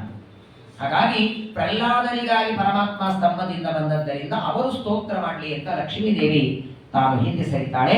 ಆಗ ಬ್ರಹ್ಮದೇವರು ಪ್ರಹ್ಲಾದನ ಮುಂದೆ ಕಳಿಸ್ತಾರೆ, ನೀನೇ ಹೋಗುವುದು, ನಿಮ್ಮ ತಂದೆಗಾಗಿ ಸ್ತಂಭದಿಂದ ಬಂದಿದ್ದಾನೆ, ನೀನೆ ಮುಂದೆ ಹೋಗು ಸ್ತೋತ್ರ ಮಾಡು ಅಂದಾಗ ಪ್ರಹ್ಲಾದರಿಗೆ ಭಯ ನೋಡಿ.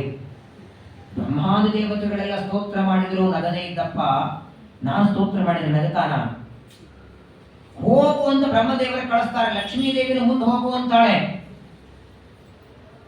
ಭಯ ಆಗ್ತಾ ಇದೆ. ಆದರೂ ಒಂದೆರಡು ಹೆಜ್ಜೆ ಹಾಕಿದರಂತೆ ನರಸಿಂಹದೇವರ ಮುಂದೆ ಬಂದು ಸಾಷ್ಟಾಂಗ ನಮಸ್ಕಾರ ಮಾಡ್ತಾರೆ. ತಥೇತಿ ಶನಕೈರಾಜನ್ ಮಹಾಭಾಗವತೋರ್ಭಕಃ ಉಪೇತ್ಯ ಭುವಿ ಕಾಲೇನ ನಾಮ ವಿಧೃತಾಂಜಲಿ. ನಡೆದುತ್ತಾ ಇದ್ದಾರೆ. ಒಂದ್ ಕಡೆ ಭಯ ಆಗ್ತಾ ಇದೆ, ಏನಾಗುತ್ತೋ ಅಂತ. ನರಸಿಂಹದೇವರ ಎದುರುಗಡೆ ಬಂದು ನಮಸ್ಕಾರ ಮಾಡಿದರೆ ಬ್ರಹ್ಮದೇವರನ್ನ ಆರಂಭ ಮಾಡಿ ಯಾವ ದೇವತೆಗಳು ಸ್ತೋತ್ರ ಮಾಡಿದರೂ ನಗದೇ ಇದ್ದ ಸ್ವಾಮಿ ಪ್ರಹ್ಲಾದರು ಬಂದು ಕಾಲಿಗೆ ಬಿದ್ದರೆ ತಾನೇ ಎಬ್ಬಿಸಿದ. ಸ್ವಪಾದ ಮೂಲೆ ಪತಿತಂ ತಮರ್ಪಕಂ ವಿಲೋಕ್ಯ ದೇವಃ ಕೃಪಯಾ ಪರಿಪ್ಲುತಃ ಉತ್ಥಾಪ್ಯ. ಶ್ರೀಮದಾಚಾರ್ಯರು ಬದಲಿಗೆ ಬಂದಾಗ ವೇದವ್ಯಾಸನಿಗೆ ನಮಸ್ಕಾರ ಮಾಡಿದರೆ ವೇದವ್ಯಾಸ ದೇವರೇ ಎಬ್ಬಿಸಿ ಆಚಾರ್ಯರನ್ನು ಆಲಿಂಗನ ಮಾಡಿಕೊಂಡ್ರು. ಸುಮಧ್ವಜ 7ನೇ ಸರ್ಗದಲ್ಲಿ ಹೇಳ್ತಾರೆ, ಸನಿರೀಕ್ಷ ಪರಾಶರಾತ್ಮಜಃ ಪ್ರಣತಂ ಪೃಷ್ಟಮಶೇಷ ಸದ್ಗುಣೈಃ ಕರಯೋರ್ಯುಗಲೇನ ವಲ್ಗುಣ. ಎರಡು ಕೈಗಳಿಂದ ಎತ್ತಿದನು. ಹಂಗೆ ಪ್ರಹ್ಲಾದರಾಜರನ್ನ ಪರಮಾತ್ಮ ನೋಡಿ ಎಬ್ಬಿಸ್ತಾನೆ. ಎರಡೂ ಕೈಯಿಂದ ಎಬ್ಬಿಸಿದ. ಅವನ ಭಗವಂತ ಅವನ ಕೈ ಮೇಲೆ ತಲೆ ಮೇಲೆ ಕೈ ಇಡ್ತಾನೆ. ದೇವರೇ ತಲೆ ಮೇಲೆ ಕೈ ಇಟ್ಟರೆ ಇನ್ನೇನು ಬೇಕ್ರಿ? ಸತಸ್ಕರ ಸ್ಪರ್ಶ ಧುತಾಖಿಲಾಶ್ ಎಲ್ಲ ಪಾಪಗಳು ಭಸ್ಮ ಆಗಿ ಹೋಯ್ತು. ಇಷ್ಟೊಂದು ಭಯ ಇತ್ತು, ಏನು ಸ್ತೋತ್ರ ಮಾಡಲಿ ಅಂತ ಭಯದಲ್ಲಿದ್ದರು ಪ್ರಹ್ಲಾದರಾಜರು. ದೇವರು ಯಾವಾಗ ತಲೆ ಮೇಲೆ ಕೈ ಇಡ್ತಾನೆ ಒಂದು ತರಹದ ಶಕ್ತಿ ಬಂತು ಮನಸ್ಸೊಳಗೆ. ಆ ಶಕ್ತಿಯಿಂದ ಪ್ರಹ್ಲಾದರಾಜರು ಸ್ತೋತ್ರ ಮಾಡ್ತಾರೆ. 45 ಶ್ಲೋಕ ಇದೆ ಸ್ತೋತ್ರ.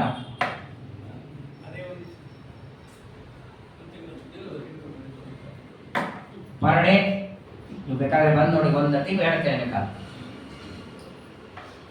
ನರಸಿಂಹದೇವರ ಅದಕ್ಕೆ ಹೇಳಿದ್ನಲ್ಲ, ಶ್ರೀಮದ್ ಭಾಗವತ ಹೆಂಗ್ ಕೇಳಬೇಕಂದ್ರೆ ಸ್ತೋತ್ರ ಭಾಗನೇ ಒಂದು ಬೇರೆ ಮಾಡ್ಕೋಬೇಕು. ಎಲ್ಲ ಸ್ಕಂದಗಳಲ್ಲಿ ಬರುವ ಸ್ತೋತ್ರಗಳು ಯಾರು ಯಾರ್ಯಾರು ಸ್ತೋತ್ರ ಮಾಡ್ತಾರೋ ಅದನ್ನೇ ಪ್ರತ್ಯೇಕ. ಈಗ ನೋಡಿ, ಪಂಚಮ ಸ್ಕಂದದಲ್ಲಿ 6ನೇ ಸ್ಕಂದದಲ್ಲಿ ಹಂಸಗುಹ್ಯ ಸ್ತೋತ್ರ ಬಂತು. ಆಮೇಲೆ ರುದ್ರದೇವರು ಮಾಡಿದ ರುದ್ರಗೀತಾ ಉಪದೇಶದ ಬಂತು. ದೇವಹೂತಿ ಮಾಡಿದ ಸ್ತೋತ್ರ ಕಪಿಲ ಪರಮಾತ್ಮನಿಗೆ. ಪ್ರಥಮ ಸ್ಕಂದದಲ್ಲಿ ಕುಂತಿ ಮಾಡಿದ ಸ್ತೋತ್ರ. ದ್ವಿತೀಯ ಸ್ಕಂದದಲ್ಲಿ ನಾರದರು ಬ್ರಹ್ಮದೇವರು ಮಾಡಿದ ಸ್ತೋತ್ರ. ಎಲ್ಲಾ ಸ್ಕಂದಗಳಲ್ಲಿ ಒಂದೊಂದು ಭಾಗ. ಆದರೆ ಸಪ್ತಮ ಸ್ಕಂದದಲ್ಲಿ ನರಸಿಂಹದೇವರನ್ನ ಪ್ರಹ್ಲಾದರಾಜರು ಮಾಡಿದ ಸ್ತೋತ್ರ ಪರಮಾದ್ಭುತವಾದದ್ದು. ಬ್ರಹ್ಮಾದಯ ಸುರಗಣ ಮುನಯೋಥ ಸಿದ್ಧಾಃ ಸತ್ವೈಕತಾನಮತಯೋ ವಚಸಾಂ ಪ್ರವಾಹೈಃ ನಾಂತಂ ಪರಸ್ಯ ಪರತೋಪ್ಯಧುನಾಪಿ ಯಾಂತಿ ಕಿಂ ತೋಷ್ಟುಮರ್ಹತಿ ಸಮೇ ಹರಿರುಗ್ರಜಾತೆ. ಪ್ರಹ್ಲಾದರಾಜರಂತಾರೆ, ಅಲ್ಲ ಸ್ವಾಮಿ, ಯಾವ ಬ್ರಹ್ಮದೇವರು ತಮ್ಮ 4 ಮುಖಗಳಿಂದ ಪ್ರತಿನಿತ್ಯ, ವಾರಕ್ಕೆ ತಿಂಗಳಿಗೆ ವರ್ಷಕ್ಕೊಂದಿನ ಅಲ್ಲ, ಪ್ರತಿನಿತ್ಯದಲ್ಲಿ ಒಂದು ಕ್ಷಣನೂ ಬಿಡದೆ ತಮ್ಮ 4 ಮುಖಗಳಿಂದ 4 ವೇದಗಳನ್ನು ಪಾರಾಯಣ ಮಾಡ್ತಾರೆ. ಅಂಥ ಬ್ರಹ್ಮದೇವರು ಸ್ತೋತ್ರ ಮಾಡಿದರು ನಗದೇ ಇದ್ದವ, ಯಾಕೆ ನನಗೆ ಪ್ರೀತಿ ಅಂತಾರೆ ಪ್ರಹ್ಲಾದರು. ನಿಜವಾಗಿ ನೋಡಿದ್ರೆ ನಮ್ಮ ಅಪ್ಪನ ಮುಖ ನೋಡಿದ್ರೆ ನೀವು ಬರಲೇಬಾರ್ದಾಗಿತ್ತು ಸ್ತಂಭದಿಂದ. ಯಾವತ್ತೋ ಒಂದು ದಿನ ಬೈದದ್ದಲ್ಲ, ಅವನಿಗೆ ತೊದಲು ಮಾತು ಎಂದು ಬಂತೋ ಅವತ್ತಿನಿಂದ ಇವತ್ತಿನವರೆಗೆ ನಿನ್ನನ್ನ, ನಿನ್ನ ಭಕ್ತರನ್ನ, ವೇದಗಳನ್ನ ನಿಂದೆ ಮಾಡಿದವ. ಇಷ್ಟು ದುಷ್ಟ ಅವನ ಮಗ ಇವನು ಯಾಕೆ ಬರಲಿ ಅಂತ ನೀನು ಬರಲೇಬಾರದಾಗಿತ್ತು. ಸ್ತಂಭದಿಂದ ಬರೋದು ಮಾತ್ರವಲ್ಲ, ಅದೆಷ್ಟು ಪ್ರೀತಿ ದೈತ್ಯ ಬಾಲಕರ ಮೇಲೆ ಅಂತಾರೆ. ಆದರೆ ಪ್ರಹ್ಲಾದರಾಜರಂತ ನನಗೊಂದು ವಿಶ್ವಾಸ ಬಂತು, ನೀನು ಯಾವುದೋ ಕುಲಕ್ಕೆ ಅಥವಾ ಯಾರಿಗೋ ರೂಪ ಲಾವಣ್ಯಕ್ಕೆ ಸಂಪತ್ತಿಗೆ ಒಲೆಯವನಲ್ಲ. ಕೆಲವರು ಹಂಗೆ ಅನ್ಕೊಂಡಿದ್ದಾರೆ. ನಮ್ಮ ಸತ್ಯಾತ್ಮ ತೀರ್ಥರು ಒಂದು ಓಪನ್ ಪ್ರಶ್ನೋತ್ತರ ಕಾರ್ಯಕ್ರಮ ಇಟ್ಟಿದ್ರು. ಸಂಡೇ ಇದೆ ಬೆಂಗಳೂರಲ್ಲಿ. ಎಲ್ಲ ಲೌಕಿಕ ವಿದ್ಯಾರ್ಥಿಗಳು ಬಂದಿದ್ರು ಸಂಡೇ ಇದ್ದದರಿಂದ. ಎಲ್ಲರೂ ಪ್ರಶ್ನೆ ಕೇಳೋರು. ಅದರಲ್ಲಿ ಒಬ್ಬ ಇಂಜಿನಿಯರ್, ಒಳ್ಳೆ ದೊಡ್ಡ ವ್ಯಕ್ತಿ, ಒಂದು ಪ್ರಶ್ನೆ ಕೇಳಿದರು. ನಾವು ದೇವರಿಗೆ ಹುಂಡಿಯಲ್ಲಿ ಹಣ ಹಾಕ್ತೀವಿ, ಅದಕ್ಕೆ ದೇವರು ನಮಗೆ ಸುಖ ಶಾಂತಿ ನೆಮ್ಮದಿ ಎಲ್ಲ ಕೊಡ್ತಾನೆ, ಮಳೆ ಬೆಳೆ ಕೊಡ್ತಾನೆ. ನಾವು ಹಣ ಹಾಕ್ತೀವಿ ಅಂತ ಕೊಡ್ತಾರೆ, ಇದರಲ್ಲಿ ದೇವರ ದೊಡ್ಡ ಸ್ಥಿತಿ ಏನು? ಹಣ ಕೊಟ್ರೆ ಅಂಗಡಿಯವರು ಸಕ್ಕರೆ ಕೊಡ್ತಾನಾಗ ಅಂಗಡಿಯವರಿಗೆ ಟ್ಯಾಕ್ಸ್ ಹೇಳಬೇಕಾ? ಟ್ಯಾಕ್ಸ್ ಯಾವಾಗ ಹೇಳೋದು? ಹಂಗೆ ಕೊಟ್ರೆ, ಹಾಗೆ ಸಕ್ಕರೆ ಕೊಟ್ರೆ, ಹಾಗೇನೋ ಕೊಟ್ರೆ ಸ್ಯಾಂಕ್ಸ್ ಹೇಳಬೇಕು. ನಾವು ಹುಂಡಿಗೆ ಹಾಕಿದ್ದ ಕೊಡ್ತಾರೆ, ಇದರಲ್ಲಿ ದೇವರ ದೊಡ್ಡ ಸ್ಥಿತಿ ಏನು ಅಂತ ಅವನು ಪ್ರಶ್ನೆ ಕೇಳಿದ. ಸ್ವಾಮಿಗಳಂದ್ರು, ಇದಕ್ಕೆ ಇಲ್ಲೇ ಉತ್ತರ ಕೊಡೋ ಏಕಾಂತದಲ್ಲಿ ಕೊಡ್ಲೋ ಅವನು.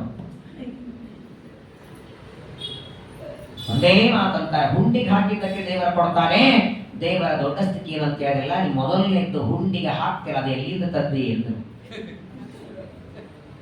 ತಾಯಿಯ ಗರ್ಭದಿಂದ ಬರುವಾಗ ತಂದೀಯ, ಅದು ದೇವರ ಕೊಟ್ಟದ್ದೇ. ಎರಡನೇದು, ಮೊದಲನೇದು ದೇವರೇ ಕೊಟ್ಟದ್ದು ಅವನ ಹುಂಡಿಗೆ, ಅದು ಡೈಲಿ ಹಾಕಲ್ಲ, ಯಾವತ್ತೋ ಒಂದ್ಸಲ. ಅದು ಕೂಡ ಇನ್ನು ಯಾವ ನೋಟಗಳಿಗೆ ಹಾಲ್ನವರು ಪಲ್ಯದವರು ಯಾರು ತಗೊಳ್ಳಲ್ಲ, 30 ಕಡೆ ಹರಿದಿರ್ತದೆ, ಜಿಗಟ್ಪಟ್ಟಿ ಹಚ್ಚಿ ಆಪರೇಷನ್ ಮಾಡಿ ಅಂತವೆಲ್ಲ ಬೇಕಾಗತ್ತೆ ನೋಡ್ರಿ. ಹುಂಡಿಯಲ್ಲಿ 20 ರೂಪಾಯಿ 10 ರೂಪಾಯಿ ನೀನು ಹಾಕಿದ ವಾಸ್ತವಿಕ, ನೀನು ಹಾಕಿದ್ದಕ್ಕೆ ದೇವರು ಕೊಡೋದಿದ್ರೆ, ನಾವು ಹುಂಡಿಯಲ್ಲಿ ಹಣ ಹಾಕ್ತೇವೆ ಅದಕ್ಕೆ ದೇವರು ಕೊಡೋದಿದ್ರೆ ನಮ್ಮ ಮುಖ ನೋಡಿ ಏನೂ ಕೊಡಲೇಬಾರ್ದಮ್ಮ. ಅವ್ರು ಕೊಟ್ಟದ್ದೆಷ್ಟು, ನಾನು ಹಾಕಿದ್ದೆಷ್ಟು. ಮೊದಲನೇದ್ದು, ನನಗೇನು ಕಿಡ್ನಿ ಲಿವರು ಲಂಚ್ ಕೊಟ್ಟಿದ್ದಾರ, ಅದರ ಬೆಲೆ ನೀನು ಒಂದ್ಸಲ ಹಾಕು, ನೀ ಹುಂಡಿಗೆ ಹಾಕಿದ್ದೆಷ್ಟು ಒಂದ್ ಕಡೆ ಬೆಲೆ ಮಾಡಿ ಲೆಕ್ಕ ಮಾಡು. ಇವತ್ತಿನವರೆಗೆ ತಿರುಪತಿಗೆ ಹೋಗಿ ಒಂದು 10 ವರ್ಷ ಹೋಗಿ 10 ವರ್ಷ ಹುಂಡಿಯಲ್ಲಿ ಹಾಕಿದ್ದು ಲೆಕ್ಕ ಮಾಡಿ, ಒಂದು ಕಣ್ಣಿಗೆ ಅದು ಸಾಲತ್ತಾ? ದೇವರು ಕೊಟ್ಟ ಒಂದು ಕಣ್ಣಿನ ಬೆಲೆ 10 ವರ್ಷ ಅಲ್ಲ, ನೀವು ಬದುಕಿರೋ 100 ವರ್ಷ ಪ್ರತಿ ಸಲ ಹೋದಾಗ 10 20,000 ರೂಪಾಯಿ ಹುಂಡಿಯಲ್ಲಿ ಹಾಕಿದ್ರು ಒಂದು ಕಣ್ಣಿನ ಬೆಲೆ ಕಟ್ಟಲಿಕ್ಕಾಗಲ್ಲಯ್ಯ. 3.5 ಕೋಟಿ ಕೂದಲುಗಳಿವೆ ತಲೆಯಲ್ಲಿ, ಕಿಡ್ನಿ ಲಿವರು ಲಂಗ್ಸ್ ಹಾರ್ಟು, 72,000 ನಾಡಿಗಳು 72 ರೂಪದಿಂದ ಒಳಗಿದ್ದಾರಲ್ಲ, ಏನ್ ಕಟ್ತೀವಿ ಅವನಿಗೆ ನಾವು? ಪ್ರಪಂಚದೊಳಗೆ ನೋಡಿ, ಅವರ ಸಾಮಾನು ಅವರಿಗೆ ಕೊಟ್ಟರೆ ಆನಂದ ಪಡೋದು ದೇವರೊಬ್ಬನೇ. ನಾಳೆ ವೈಶಾಖ ಮಾಸ ಶುರುವಾಗತ್ತೆ, ನಾಡಿದ್ದು ತೃತೀಯ, ಬುಧವಾರ ದೊಡ್ಡ ದಿನ, ಅಕ್ಷಯ ತೃತೀಯ. ನಿಮ್ಮ ಮನೆಗೆ ಬಂದು ನಿಮ್ದೆಲ್ಲ ಬೆಳ್ಳಿ ಬಂಗಾರ ಸಾಮಾನೆಲ್ಲ ನಿಮ್ಮ ಕಡೆಯಿಂದ ಇಸ್ಕೊಂಡು, ಇವತ್ತಿನವರೆಗೆ ಏನೇನು ಸಂಪಾದನೆ ಮಾಡಿ ಅದನ್ನೆಲ್ಲ ಇಟ್ಕೊಂಡು ಆಚರಣೆ ಮಾಡಿ ಸಂಕಲ್ಪ ಮಾಡಿ, ಅಕ್ಷಯ ತೃತೀಯ ಪರ್ವಕಾಲ ಇದೆಲ್ಲ ನಿಮಗೆ ಕೃಷ್ಣಾರ್ಪಣ ಅಂತ ನಾನು ದಾನ ಕೊಡ್ತೇನೆ. ಆನಂದ ಒಬ್ಬರಿಗೆ ಆಗತ್ತೆ, ಕೈ ಮೇಲೆ ಮಾಡಿ ನೋಡೋಣ. ಆಚಾರ ತಮ್ಮನೆ ತಮ್ಮಿಗೆ ತಂದು ಕೊಟ್ಟಿದ್ರೆ ಸ್ವಲ್ಪ ಆನಂದ ಆಗಿರೋದ ಏನೋ ಅಲ್ಲ, ಆನಂದ ಆಗತ್ತೆ. ಅವ್ರು ಒಯ್ಲಿಲ್ಲ ಅಂತ, ಅವ್ರು ಒಯ್ಲಿಲ್ಲ ಅಲ್ಲೇ ಇಟ್ಟರು ಅಂತ ಆನಂದ ಪಡ್ತಾರ. ಆದರೆ ಅವರ ಸಾಮಾನುಗಳು, ನಿಮ್ಮದೇ ಮನೆ, ನಿಮ್ಮದೇ ಬೆಳ್ಳಿ ಅಥವಾ ನಿಮ್ಮದೇ ಎದುರುಗಡೆ ಕಾರ್ ಇದೆ, ಆ ಕಾರ್ ಮೇಲೆ ಒಂದು ಕೃಷ್ಣ ತುಳಸಿ ಪತ್ರ ಇಟ್ಟು ಅಕ್ಷಯ ತೃತೀಯ ಈ ಕಾರ್ ನೀವು ಕೊಡ್ತೇನೆ ಅಂತ ನಿಮಗೆ ಕೊಟ್ರೆ, ಅವರ ವಸ್ತು ಅವರಿಗೆ ಕೊಟ್ಟಾಗ ಆನಂದ ಪಡುವನು ಜಗತ್ತೊಳಗೆ ದೇವರೇ ಒಬ್ಬನೇ. ಅಭಿಷೇಕ ಮಾಡುವ ನೀರು ಅವನು ಕೊಟ್ಟದ್ದೇ, ಆ ಏರಿಸುವ ಹೂ ಅವನ ಕೊಟ್ಟದ್ದೇ, ಆ ನೈವೇದ್ಯ ಮಾಡುವ ಅನ್ನ ಅವನ ಕೊಟ್ಟದ್ದೇ. ಆಗ ದೇವರಂತಾರೆ, ನಾನು ಕೊಟ್ಟದ್ದು ನಾನು ಕೊಡಬೇಕು ಅಂತ ನೆನಪು ಬಂತಲ್ಲ ನಿನಗೆ. ಕೊಡದೆ ಭೋಗ ಮಾಡೋರು, ಕೊಡದೆ ತಿನ್ನೋ ಕೋಟಿ ಜನ ಇದ್ದಾರೆ, ಅಂಥವರ ಮಧ್ಯದಲ್ಲಿ ನಾನು ಕೊಟ್ಟೀನಿ ಅನ್ನೋ ಉಪಕಾರದಿಂದ ಕೊಟ್ಟಿಯಲ್ಲ ಅಂತ ಸಂತೋಷ ಪಡ್ತಾನೆ. ಅದು ಮತ್ತೆ ನಾವು ನೈವೇದ್ಯಕ್ಕೆ ಅನ್ನ ಪಾಯಸ ಮಾಡಿ ನಾವೆಲ್ಲ 3 ತರದ ಸಣ್ಣಿಗೆ ಬಂಡಿಗೆ ಎಲ್ಲ ಉಡ್ತೀವಿ. ನನಗೆ ಬರೀ ಅನ್ನ ಪಾಯಸ ಕೊಟ್ಟ ಅಂತ ಕೋಪನೂ ಮಾಡ್ಕೊಡಲ್ಲಮ್ಮ. ಅತ್ಯಂತ ಉದಾರ, ಅತ್ಯಂತ ಕರುಣಾ ಸಮುದ್ರ ಭಗವಂತ. ಕೆಲವರ ಮನೆಯಲ್ಲಿ ನಾನು ದೇವರ ಪೂಜೆ ಮುಂಚೆ ಹೋಗ್ತಿದ್ದೆ, ಇವಾಗಿಲ್ಲ. ದೇವರ ಪೂಜೆಗೆ ಹೋದ್ರೆ ಆ ಮನೆ ಯಜಮಾನರೆಲ್ಲ ಯಜಮಾನ ಅಮ್ಮ ದೀಪ ಹಚ್ಚಿ ಅಂತ ಆಚಾರ್ಯ ಮಂಗಳಾರತಿ ಟೈಮಲ್ಲಿ ಹಚ್ತೀವಿ. ಯಾಕಂದ್ರೆ ಇಷ್ಟ ಎಣ್ಣೆ ಹಾಕಿರೋರು, ಅದು ಮಂಗಳಾರತಿ ಹಚ್ಕೊಳ್ಳೋದಾಗ ದೀಪ ಉಳಿದಿರ್ಬೇಕು. ಮಂಗಳಾರತಿ ಆದ ತಕ್ಷಣ ಶಾಂತ ಆಗ್ಬೇಕು. ಅಯ್ಯೋ ಆಚಾರ್ಯ 220 ರೂಪಾಯಿ ಬಂದು ಈಗ ಭಜಿ ಕರ್ಕೊಂಡು ತಿನ್ಲಿಕ್ಕೆ ಎಣ್ಣೆ ಬೇಕು. ಯಾಕ್ರಿ ಕೊಡ್ತಾರೆ ದೇವರು?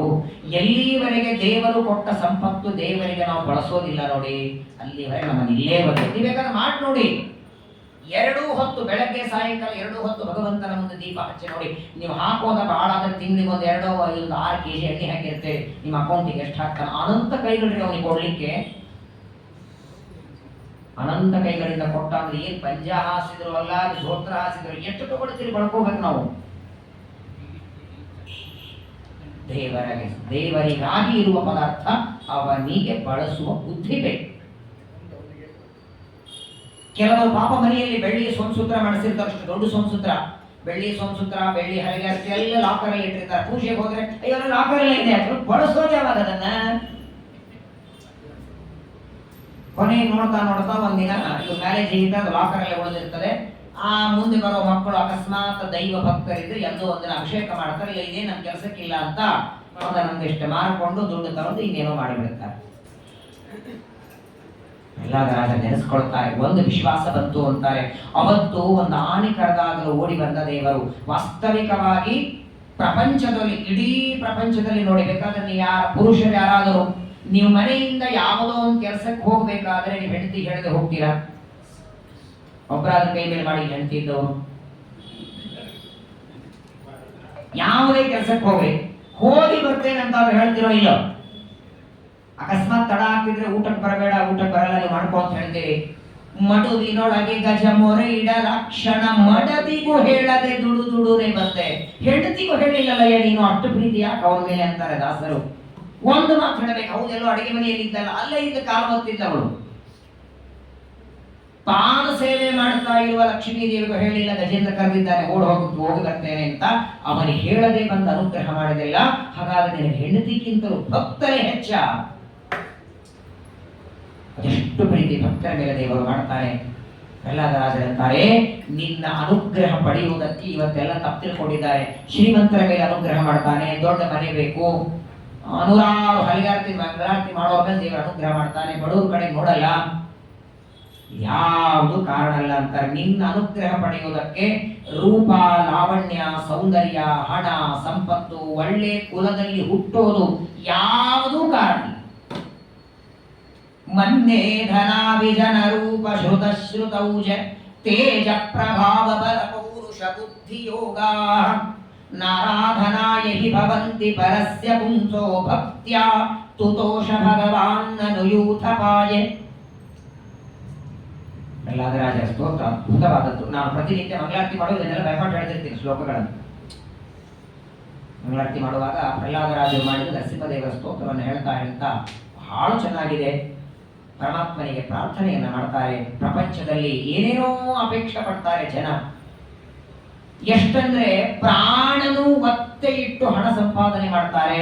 ಆದರೆ ಅಷ್ಟು ಸಂಪಾದನೆ ಮಾಡಿದ ಅಷ್ಟು ಪ್ರೀತಿ ಮಾಡುವ ಹಣ ಕೊನೆಗೆ ಬಂತೇನ್ ಜೊತೆಗೆ?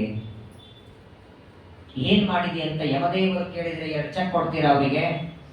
ನಾನಿರೋವರೆಗೆ ಸಂಪಾದನೆ ಮಾಡಿದ್ರೊಳಗೂ ಅರ್ಧ ಇಲ್ಲಿ ತಂದಿದ್ದೆ ನೋಡಿ ಅಂತ. ಇಲ್ಲಿ ಕರೆನ್ಸಿ ಅಲ್ಲಿ ನಡೆಯಲ್ಲ. ಸ್ವಲ್ಪ ಹೊತ್ತಾದರೂ ನಮ್ಮ 24 ಗಂಟೆಯೊಳಗಿನ ಒಂದು ದಿನದೊಳಗೆ ಅರ್ಧ ಗಂಟೆ, 1 ಗಂಟೆ ಆದರೂ ದೇವರಿಗೋಸ್ಕರ ಇಡಿ. ಬಹಳ ವಿಚಿತ್ರವಾದದ್ದು.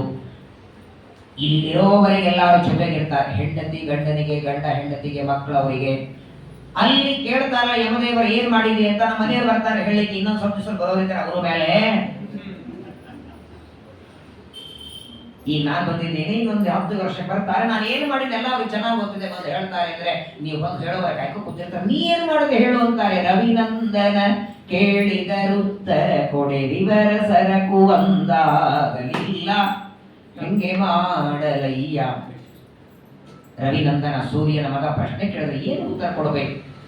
ಹಾಗಾಗಿ ಯಸ್ಮಾ ಪ್ರಿಯ ವಿಯೋಗ ಸುಯೋಗ ಜನ್ಮ ಶೋಕಾಗ್ನಿನಾ ಸಕಲ ಯೋನಿಷು ದಹ್ಯಮಾನಃ ದುಃಖೌಷಧಂ ತದಪಿ ದುಃಖಮಬದ್ಧಿಯಾಂ ಭೂಮನ್ ಭ್ರಮಾಮಿ ವದಮೇತ ವದಾಸ್ಯ ಯೋಗಂ. ಒಂದು ಶ್ಲೋಕಗಳ ವಿವರಣೆ ಮಾಡಬೇಕು, ತುಂಬಾ ಸಮಯ ಬೇಕು. ಬಹಳ ಅದ್ಭುತವಾಗಿ ಪ್ರಾರ್ಥನೆ ಮಾಡ್ತಾರೆ ನರಸಿಂಹದೇವರನ್ನ. ಅತ್ಯಂತ 45-48 ಶ್ಲೋಕಗಳಿಂದ ಭಗವಂತನ ಸ್ತೋತ್ರ ಮಾಡ್ತಿದ್ರೆ ಪ್ರಹ್ಲಾದ ರಾಜರ ಬಾಯಿಂದ ಸ್ತೋತ್ರ ಬರ್ತಾ ಇರುವಂಗಲೇನೆ ಭಗವಂತನಿಗೆ ಎಷ್ಟು ಆನಂದ ಆಯಿತು ಅಂದ್ರೆ ನರಸಿಂಹದೇವರಿಗೆ ಆನಂದ ಭಾಷ್ಪಗಳು ಬರಲಿಕ್ಕೆ ಶುರುವಾಯಿತು. ದೇವರಿಗೆ ಅಷ್ಟು ಆನಂದ ಆಗ್ತಾ ಇದೆ. ಕೊನೆಗೆ ಹಿರಣ್ಯಕಶಿಪುವಿನ ದೇಹವನ್ನ ಕೆಳಗೆ ಹಾಕಿ ಪ್ರಹ್ಲಾದ ರಾಜರನ್ನ ಪರಮಾತ್ಮ ಹತ್ತಿರ ಕರ್ಕೊಂಡ ಅಂತೆ. ಪ್ರಹ್ಲಾದನಿಗಂತಾನೆ, ನಿನಗಾಗಿ ಸ್ತಂಭದಿಂದ ಬಂದಿದ್ದೇನೆ. ನನ್ನ ಅವತಾರ ಅಷ್ಟು ಸುಲಭ ಆಗಲ್ಲ. 1000 ವರ್ಷ ಗೆಡ್ಡೆ ಗೆಣಸ ತಿಂದು ತಪಸ್ಸು ಮಾಡುವ ಯೋಗಿಗಳಿಗೆ ನನ್ನ ಅವತಾರ, ನನ್ನ ದರ್ಶನ ಆಗಲ್ಲ. ನಿನ್ನ ಭಕ್ತಿಗೆ ಮೆಚ್ಚಿ ಸ್ತಂಭದಿಂದ ಬಂದಿದ್ದೇನೆ, ಮತ್ತೆ ನಿನ್ನ ಸಲುವಾಗಿ ಬಂದೀನಿ. ಏನಾದರೂ ವರ ಬೇಡ್ಕೋ ಕೊಡ್ತೇನೆ ಅಂದ್ರೆ ಕೊಡುವ ವ್ಯಕ್ತಿ ತಾವೇ ಹೇಳಬೇಕು. ಏನಾದ್ರೂ ಬೇಡು ಕೊಡ್ತೇವೆ ಅಂತ ನಮ್ಗೆ ಯಾರು ಹೇಳೋರಿಲ್ಲ, ಅಂದ್ರೂ ಬೇಡಿರ್ತೀವಿ ನಾವು. ಯಾವ ದೇವಸ್ಥಾನಕ್ಕೆ ಹೋದ್ರು ಅಲ್ಲಿ ಶಾಲಿಗ್ರಾಮ ದೇವರ ಒಬ್ಬರ ಒಂದ್ಸಲ ಹೇಳಿದಾನ, ಅವ್ನು ಹೇಳಲ್ಲ ಅಂತ ಗ್ಯಾರಂಟಿ. ಆದ್ರೂ ಅವನಾಗ ಹೇಳದಿದ್ರು ನಾವು ಬೇಡಿದ್ರು ಕೊಡ್ತಾನಲ್ಲ. ಸಾಕ್ಷಾತ್ ನರಸಿಂಹದೇವರಂತಾರೆ ಏನಾದ್ರೂ ಬೇಡ ಕೊಡ್ತೇನೆ ಅಂದ್ರೆ ಏನ್ರಿ ಬೇಡ್ತಾರೆ ಇವರು? ಏನ್ ಬೇಡ್ಕೋಬೇಕು ಆಕ್ಚುಲಿ? ಬೇಡಿದ್ರೆ 10 ಕೋಟಿ ಬೇಡಿದ್ರು ಕೊಡುವ ಒಬ್ಬ ಶ್ರೀಮಂತನಂತ ಹೋಗಿ ಇಡೀ ನಿಮ್ ಜೀವನವೇ ಸೆಟ್ಲ್ ಮಾಡ್ತಾನೆ, ಮನೆ ಕೊಡ್ತಾನೆ, ಅನ್ನ ಕೊಡ್ತಾನೆ, ಬಟ್ಟೆ ಕೊಡ್ತಾನೆ, ಅಷ್ಟೊಬ್ಬ ದೊಡ್ಡ ಶ್ರೀಮಂತ. ನಿಮಗೆ ಏನೋ ಕೊಡ್ತೇನೆ ಬೇಡು ಅಂದ್ರೆ 2 ಮುಷ್ಟಿ ಅವಲಕ್ಕಿ ಕೊಡಿ ನಾಳೆ ಬೆಳಗ್ಗೆ ಊಟಕ್ಕೆ ಅಂತಾನ ಏನಂತ? ಅಂಥವ್ರನ್ನ ಏನನ್ಬೇಕು ಹೇಳಿ? ಇಡೀ ಜೀವನಕ್ಕೆ ಬೇಕಾಗುವಷ್ಟು ಕೊಡುವ ಶ್ರೀಮಂತನ ಎದುರುಗಡೆ ನಿಂತುಕೊಂಡು 2 ಮುಷ್ಟಿ ಅವಲಕ್ಕಿ ಬೇಡದವನ ಮೂರ್ಖನಲ್ವಾ? ಹಂಗೆ ಜಗದೋದ್ಧಾರನಾದ ಅನಂತ ಕಾಲದವರೆಗೆ ಮೋಕ್ಷ ಕೊಡುವ ಮತ್ತೆ ಸಂಸಾರಕ್ಕೆ ಬರದೇ ಇರುವ ಸ್ವಾಮಿ ಭಗವಂತನೇ ಕೇಳುತ್ತಿದ್ದಾನೆ. ಏನಾದ್ರೂ ವರ ಬೇಡ್ಕೋ ಅಂದ್ರೆ ಪ್ರಹ್ಲಾದರಾಜರ ಬಾಯಿಂದ ಬಂತ ನೋಡಿ ಮಾತು. ಕಾಮಾನಾಂ ಹೃದಯ ಸಂರೋಹಂ ಭವತಸ್ತು ವೃಣೇವರಂ. ಪ್ರಹ್ಲಾದರಾಜರಂತ ನೀನು ವರನೇ ಕೊಡೋದಾದ್ರೆ ಒಂದೇ ವರ ಕೊಡು. ನಿನ್ನ ಎದುರುಗಡೆ ನಿಂತಾಗ ಬೇಡಬೇಕು ಅಂತೇನು ಬುದ್ಧಿ ಬರುತ್ತಲ್ಲ, ಕಾಮನೆಗಳು ಬರುತ್ತಲ್ಲ, ಆ ಬುದ್ಧಿ ಬರಬಾರದು, ಅದೇ ಒಂದು ವರ ಕೊಡು ಅಂತ. ಅದು ಬೇಕು, ಇದು ಬೇಕು, ಅಲ್ಲಿ ತಗೋಬೇಕು, ಇಲ್ಲಿ ತಗೋಬೇಕು, ಯಾವ ಕಾಮನೆಗಳು ನಿನ್ನೆದುರಿಗೆ ನಿಂತಾಗ ನನಗೆ ಬರಬಾರದು. ಆ ನಿನ್ನ ರೂಪ ನೋಡುವಾಗ ನಿನ್ನ ಗುಣಗಳ ಚಿಂತನ, ನಿನ್ನ ದರ್ಶನ ಮಾಡ್ಕೊಳ್ಬೇಕೇ ಹೊರತು ಈ ಎಲ್ಲ ಕಾಮನೆಗಳ ಬೇಡ ನನಗೆ ಪರಮಾತ್ಮನಿಗೆ ಬಿಡ್ಕೊಳ್ತಾರೆ. ಯಾರಿದ್ದಾರೆ ಬಿಡ್ಕೊಳ್ಳೋರು? ಅವತ್ತು ಶ್ರೀರಾಮಚಂದ್ರ ಹನುಮಂತನಿಗೆ ಹೇಳಿದ್ದು ಇದನ್ನೇ. ರಾವಣ ಕುಂಭಕರ್ಣನ ಸಂಹಾರ ಮಾಡಿ ಸೀತಾದೇವಿಯನ್ನ ಕರ್ಕೊಂಡು ಲಂಕೆಯಿಂದ ಬಂದಲ್ಲ, ಅಯೋಧ್ಯೆಗೆ ಬಂದ ಮೇಲೆ ಪಟ್ಟಾಭಿಷೇಕ ಆಯಿತು. ಕಪಿಗಳನ್ನ ಕರೆದ ಅಂತೆ, ನೀವೆಲ್ಲರೂ ಸೀತಾದೇವಿ ಹುಡುಕುವ ಕೆಲಸ ಮಾಡಿದ್ದೀರಿ. ಏನೇನು ಬೇಕು, ಯಾರಿಗೆ ರತ್ನ, ಮುತ್ತು, ಬೆಳ್ಳಿ, ಬಂಗಾರ, ವಜ್ರದ ಮಾಲೆ, ಕಿರೀಟ ಏನ್ ಬೇಕೋ ಕೊಟ್ಟ ಅಂತೆ. ಎಲ್ಲ ಕಪಿಗಳಿಗೆ ಅವರವರಿಗೆ ಬೇಕಾದದ್ದು ಕೊಟ್ಟ. ದೂರದಲ್ಲಿ ನಿಂತಿದ್ರೆ ಹನುಮಂತ ದೇವರು ಸೀತಾದೇವಿ ಅಂತಾಳ, ಮತ್ತು ಅವನಿಗೇನು ಕೊಳ್ಳೇ ಇಲ್ಲ ನಿಮ್ಮ ಭಕ್ತರಿಗೆ ಅಂದ್ರೆ ರಾಮನ ಬಾಯಿಯಿಂದ ಬರೋ ಮಾತು, ಅವನಿಗೆ ಕೊಡೋದಕ್ಕೆ ನನ್ನ ಹತ್ರ ಏನಿಲ್ಲ ಅಂತಾನೆ. ಅವನು ಮಾಡಿದ ಸೇವೆಗೆ ನನ್ನನ್ನೇ ನಾನು ಅವನಿಗೆ ಕೊಡಬೇಕು, ಅವ ಮಾಡಿದ ಸೇವೆಗೆ ಬೆಲೆ ಕಟ್ಟೋದಕ್ಕೇನಿಲ್ಲ. ಮುಕ್ತಿ ಪ್ರದಾನ ಪ್ರತಿಕರ್ತೃತಾಮಿ ಶಿವನಾಚಾರ್ಯ ತಪ್ಪ ನಿರ್ಣಯದಲ್ಲಿ ಹೇಳ್ತಾರೆ. ಅವನಿಗೆ ಮೋಕ್ಷ ಕೊಟ್ಟರು ಕಡಿಮಿದೆ. ಕೊನೆಗೆ ಆಲಿಂಗನ ಮಾಡಿಕೊಂಡ. ಇವತ್ತಿಗೆ ನೋಡಿ ಎಲ್ಲಾ ದೇವತೆಗಳು ಜ್ಞಾನ ಕೊಡ್ತಾರೆ, ಆನಂದ ಕೊಡ್ತಾರೆ, ಮಕ್ಕಳು ಕೊಡ್ತಾರೆ, ಸಂತ ಏನು ಬೇಕಿದ್ದು ಕೊಡ್ತಾರೆ. ಮೋಕ್ಷ ಕೊಡೋದು ಇಂದ್ರದೇವರಿಗೆ ಚಂದ್ರದೇವರಿಗೆ ಕೇಳಿದ್ರೆ ಕೊಡಲ್ಲ. ಮೋಕ್ಷ ಕೊಡುವ ಅಧಿಕಾರನು ಕೊಟ್ಟಿದ್ದಾನಂತೆ. ವಿಷ್ಣು ನಿಹಿದಾತ ಮೋಕ್ಷಶ್ಚ ವಾಯುಶ್ಚ ತದನುಜ್ಞೇಯ. ದೇವರ ಆಜ್ಞೆಯಿಂದ ಮೋಕ್ಷನೂ ಕೊಡುವ ಸಾಮರ್ಥ್ಯ ವಾಯುದೇವರಿಗೆ ದೇವರು ಕೊಡಬೇಕಾದರೆ ಎಷ್ಟು ಪ್ರೀತಿ. ಆ ವಾಯುದೇವರ ಅಂಶ ಇವನಲ್ಲಿದೆ ಅಲ್ವೇ? ಅವತ್ತು ಮುಖ್ಯ ಪ್ರಾಣದೇವರು ಬೇಡಿದ್ದು ವಾಯುದೇವರ ಅಂಶ ಪ್ರಹ್ಲಾದನಲ್ಲಿ ಇದ್ದದ್ದರಿಂದ ಪ್ರಹ್ಲಾದನ ಬಾಯಿಯಿಂದ ಬಂದದ್ದು ಸರ್ವಥಾ ನನಗೆ ಕಾಮನೆಗಳ ಬೇಡ. ಸರಿ ಅಂದ್ರು ನರಸಿಂಹದೇವರಂದ್ರು ನನ್ನ ಗೊತ್ತು ನೀನು ಬೇಡಲ್ಲ ಅಂತ. ಸುಮ್ಮನೆ ಕೇಳೋಣ ಅಂತ ನಾನು ನೋಡಿದೆ. ವ್ಯವಹಾರ ಗೊತ್ತಿರತ್ತೆ ನಮಗೆ. ಅವ್ರ ಮನೆಯಿಂದ ಕಾಫಿ ಕೊಡ್ಕೊಂಡ್ ಬಂದಿರ್ತಾರೆ, ಅದು ಸುಮ್ಮನೆ ಕೇಳ್ತೀವಿ. ಒಳಗಿರಲ್ಲ ಕಾಫಿ, ಸ್ವಲ್ಪ ತಗೋತೀರ ಅಕಸ್ಮಾತ್ ಹೂ ಅಂದ್ರೆ ಕೆಲವರು ಕೇಳೋದೇ ಬಿಟ್ಟಿರ್ತಾರೆ ವ್ಯವಹಾರಕ್ಕೆ. ಆದರೆ ಪರಮಾತ್ಮ ಅಂತಾನೆ, ಸರಿ ನಿನ್ನ ಭಕ್ತಿ ನಿನ್ನ ಏಕಾಗ್ರತೆ ನೋಡು, ನೀನ್ ಕೇಳಲ್ಲ ಅಂತ ಗೊತ್ತು, ನಾನೇ ಒಂದು ಆಪ್ಷನ್ ಕೊಡ್ತೀನಿ ನನ್ನ ದೇವರು. ನೀನಂತೂ ವರ ಬೇಡಲ್ಲ, ನಾನೇ ಆಪ್ಷನ್ ಕೊಡ್ತೀನಿ. ಅಪ್ಪನ ಸಂಸ್ಕಾರ ಮಾಡು, ಅವನ ದೇಹದ ಸಂಸ್ಕಾರ ಮಾಡಿ ಎಲ್ಲ ಶಾಂತಾದಿ ಕರ್ಮಗಳನ್ನ ಮಾಡು, ನನ್ನ ಜೊತೆಗೆ ನಿನ್ನನ್ನು ವೈಕುಂಠ ಕರ್ಕೊಂಡು ಹೋಗ್ತೇನೆ. ನಾನೇ ನನ್ನ ಕೈ ಹಿಡಿದು ಮೋಕ್ಷಕ್ಕೆ ಕರ್ಕೊಂಡು ಹೋಗ್ತೇನೆ, ನಿನ್ನನ್ನು ಉದ್ಧಾರ ಮಾಡಿ ಇಲ್ಲಿಂದ ಕರ್ಕೊಂಡು ಹೋಗ್ತೇನೆ ಅಂದ್ರೆ ಆಗಲಾದ್ರೂ ಒಪ್ಬೇಕಾಗಿತ್ತು ನಮ್ಮಪ್ಪ. ಏನು ಬೇಕು ಅಂತ ಬೇಡು ಅಂದಾದ್ರೂ ಬೇಡಲಿಲ್ಲ, ನಾನೇ ಕರ್ಕೊಂಡು ಹೋಗ್ತೇನೆ ಮೋಕ್ಷಕ್ಕೆ ನಡಿ ಎಂದು ನರಸಿಂಹದೇವರಂದ್ರು. ಪ್ರಹ್ಲಾದರಾಜರ ಅಂದ್ರಂತೆ, ಪ್ರಾಯೇಣ ದೇವ ಮುನಯಃ ಸ್ವವಿಮುಕ್ತ ಕಾಮಾಃ ಮೌನಂ ಚರಂತಿ ವಿಜನೇನ ಪರಾರ್ಥ ನಿಷ್ಠಾಃ ನೈತಾನ್ ವಿಹಾಯ ಕೃಪಣಾನ್ ವಿಮುಮುಕ್ಷುರೇಕೋ ನಾನ್ಯಂ ತದಸ್ವಶರಣಂ ಭ್ರಮತೋನುಪಶ್ಯೇ. ತ್ಯಾಗ ನೋಡಿ, ನಾನೇ ಕರ್ಕೊಂಡು ಹೋಗ್ತೇನೆ ನಡಿ ಅಂತ ನರಸಿಂಹದೇವರಂದ್ರು. ಬರೋದಿಲ್ಲ ಅಂತಾರೆ. ಬರೋದಿಲ್ಲ ಅಂದ್ರೆ ದೇವರಂದ ಅಂಥದ್ದೇನಿಟ್ಟಿದ್ದೆಪ್ಪ ಈ ಮನುಷ್ಯ ಲೋಕದಲ್ಲಿ. ಇಲ್ಲಿಂದ ಬಿಟ್ಟು ನಾವು ಬೇರೆ ಕಡೆಗೆ ಹೋಗಲ್ಲ, ಬೆಂಗಳೂರು ಬಿಟ್ಟು ರಾಯಚೂರಿಗೆ ಗುಲ್ಬರ್ಗಕ್ಕೆ ಒಂದು ಸೈಟ್ ಕೊಡ್ತೀವಿ, ಅಯ್ಯೋ ಆ ಸೈಟ್ ಎಲ್ಲ ಮನೆ ಕಟ್ಸ್ಕೊಟ್ರು ಬರಲ್ಲ ರೀ, ಬೆಂಗಳೂರು ತಪ್ಪಿದೆ ಚೆನ್ನಾಗಿದೆ. ಯಾವುದೇ ಊರು ಬಿಟ್ಟು ಬರೋದ್ರಿಂದ ಕಾರಣ ಇರತ್ತಲ್ಲ. ಹಂಗೆ ಭೂಲೋಕ ಬಿಟ್ಟು ವೈಕುಂಠನೇ ಕೊಡ್ತೇನೆ, ಜನ್ಮ ಮರಣದ ಸಂಕೋಲೆಯನ್ನೇ ಬಿಡಿಸ್ತೇನೆ ನಡಿ ಅಂತ ಕರೆದು ಬರ್ತಿಲ್ಲ. ಅಂಥದ್ದು ಇಲ್ಲೇನಿಟ್ಟಿದ್ದಿ ಅಂತ ನರಸಿಂಹದೇವರು ಪ್ರಹ್ಲಾದನಿಗೆ ಕೇಳಿದರೆ, ನಮ್ಮ ಕಡೆ ಕೈ ಮಾಡಿದರೆ ಅಂತೆ. ನನ್ನ ಸಲವಾಗಲ್ಲ, ಇವ್ರ ಸಲವಾಗಿ ನಾನು ಇರ್ತೀನಿ ಅಂದ್ರೆ, ನನ್ನ ಸಲವಾಗಿ ನಾನು ಇಲ್ಲಿರಲ್ಲ. ನಿನ್ನ ಜ್ಞಾನ ಇಲ್ಲದೆ, ಭಕ್ತಿ ಇಲ್ಲದೆ, ಶ್ರದ್ಧೆ ಇಲ್ಲದೆ ಏನೇನೋ ಕರ್ಮಗಳು ಮಾಡಿ ಸಂಸಾರ ಸಾಗರದಲ್ಲಿ ಒದ್ದಾಡುತ್ತಿದ್ದಾರೆ. ಇವರಿಗೆ ಸನ್ಮಾರ್ಗ ತೋರಿಸಿ, ಇವರಿಗೆ ಜ್ಞಾನ ಕೊಟ್ಟು, ಭಕ್ತಿ ಕೊಟ್ಟು, ಇವರು ನಿನ್ನಲ್ಲಿ ಭಕ್ತಿ ಮಾಡಬೇಕು, ಇವರನ್ನು ಜೊತೆಗೆ ಕರ್ಕೊಂಡು ಬರ್ತೇನೆ, ಒಬ್ಬನೇ ಬರಲ್ಲ. ಅಲ್ಲಯ್ಯ, ಇವರನ್ನೆಲ್ಲ ನನ್ನ ಜೊತೆ ಕರ್ಕೊಂಡು ಬರ್ತೀವಿ, ಇವರಿಗೆಲ್ಲ ಭಕ್ತಿ ಬರಬೇಕು ಅಂತ ನಿನ್ನನ್ನ ಇವ್ರಿಗೆ ತಿದ್ದಲಿಕ್ಕಾಗತ್ತಾ? ಕಲ್ಲು ಬೇಕಾದ್ರೆ ಕಟ್ಟಲು ಮೂರ್ತಿ ಮಾಡಬಹುದು. ಈ ರಾಕ್ಷಸ ಬಾಲಕರನ್ನ ಏನು ಮಾಡ್ತೀವಿ? ಪ್ರಹ್ಲಾದರಾಜರಂದ್ರು, ಇವರ ಸಲುವಾಗಿ ಈ ಜನ್ಮದಲ್ಲಿ ಇವರಿಗೆ ಜ್ಞಾನ ಕೊಡ್ಲಿಕ್ಕೆ, ಭಕ್ತಿ ಕೊಡ್ಲಿಕ್ಕಾಗಿಲ್ಲ ಅಂದ್ರೆ ಮರು ಜನ್ಮದಲ್ಲಿ ವ್ಯಾಸರಾಜರಾಗಿ ಬಂದು ಇವರು ಉದ್ಧಾರ ಮಾಡ್ತೇನೆ, ಆಗ್ಲೂ ಆಗಿಲ್ಲ ಅಂದ್ರೆ ಮತ್ತೆ ಬರ್ತೇನೆ. ಕಲಿಯುಗದ ಕಾಮಧೇನು ಕಲ್ಪವೃಕ್ಷ ಆಗಿ ಮಂತ್ರಾಕ್ಷತೆ ಮಹಿಮೆ, ಪಾದೋದಕದ ಮಹಿಮೆ ತೋರಿಸಿ ಒಬ್ಬ ಸಾಮಾನ್ಯ ವ್ಯಕ್ತಿಗೂ ನಿನ್ನಲ್ಲಿ ಭಕ್ತಿ ಬರುವಂತೆ ಮಾಡಿ ಅವನನ್ನ ಜೊತೆಗೆ ಕರ್ಕೊಂಡೇ ಬರ್ತೇನೆ, ನಾನು ಒಬ್ಬನೇ ಬರಲ್ಲ.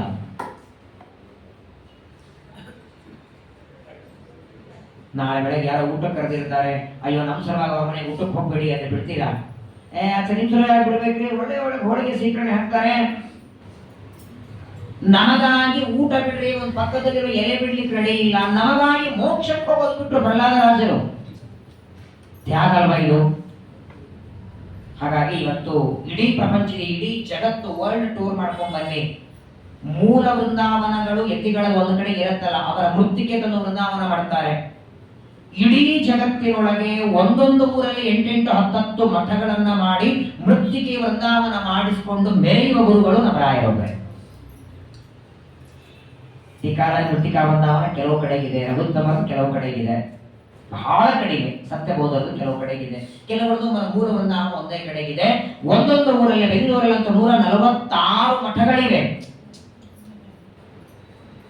ನಾವು ಅತ್ಯಂತ ದಯಾಳವೇ ಅಂತ ರಾಯರನ್ನು ಅರಿತೀವಿ. ದಯಾಮೂರ್ತಿಗಳು.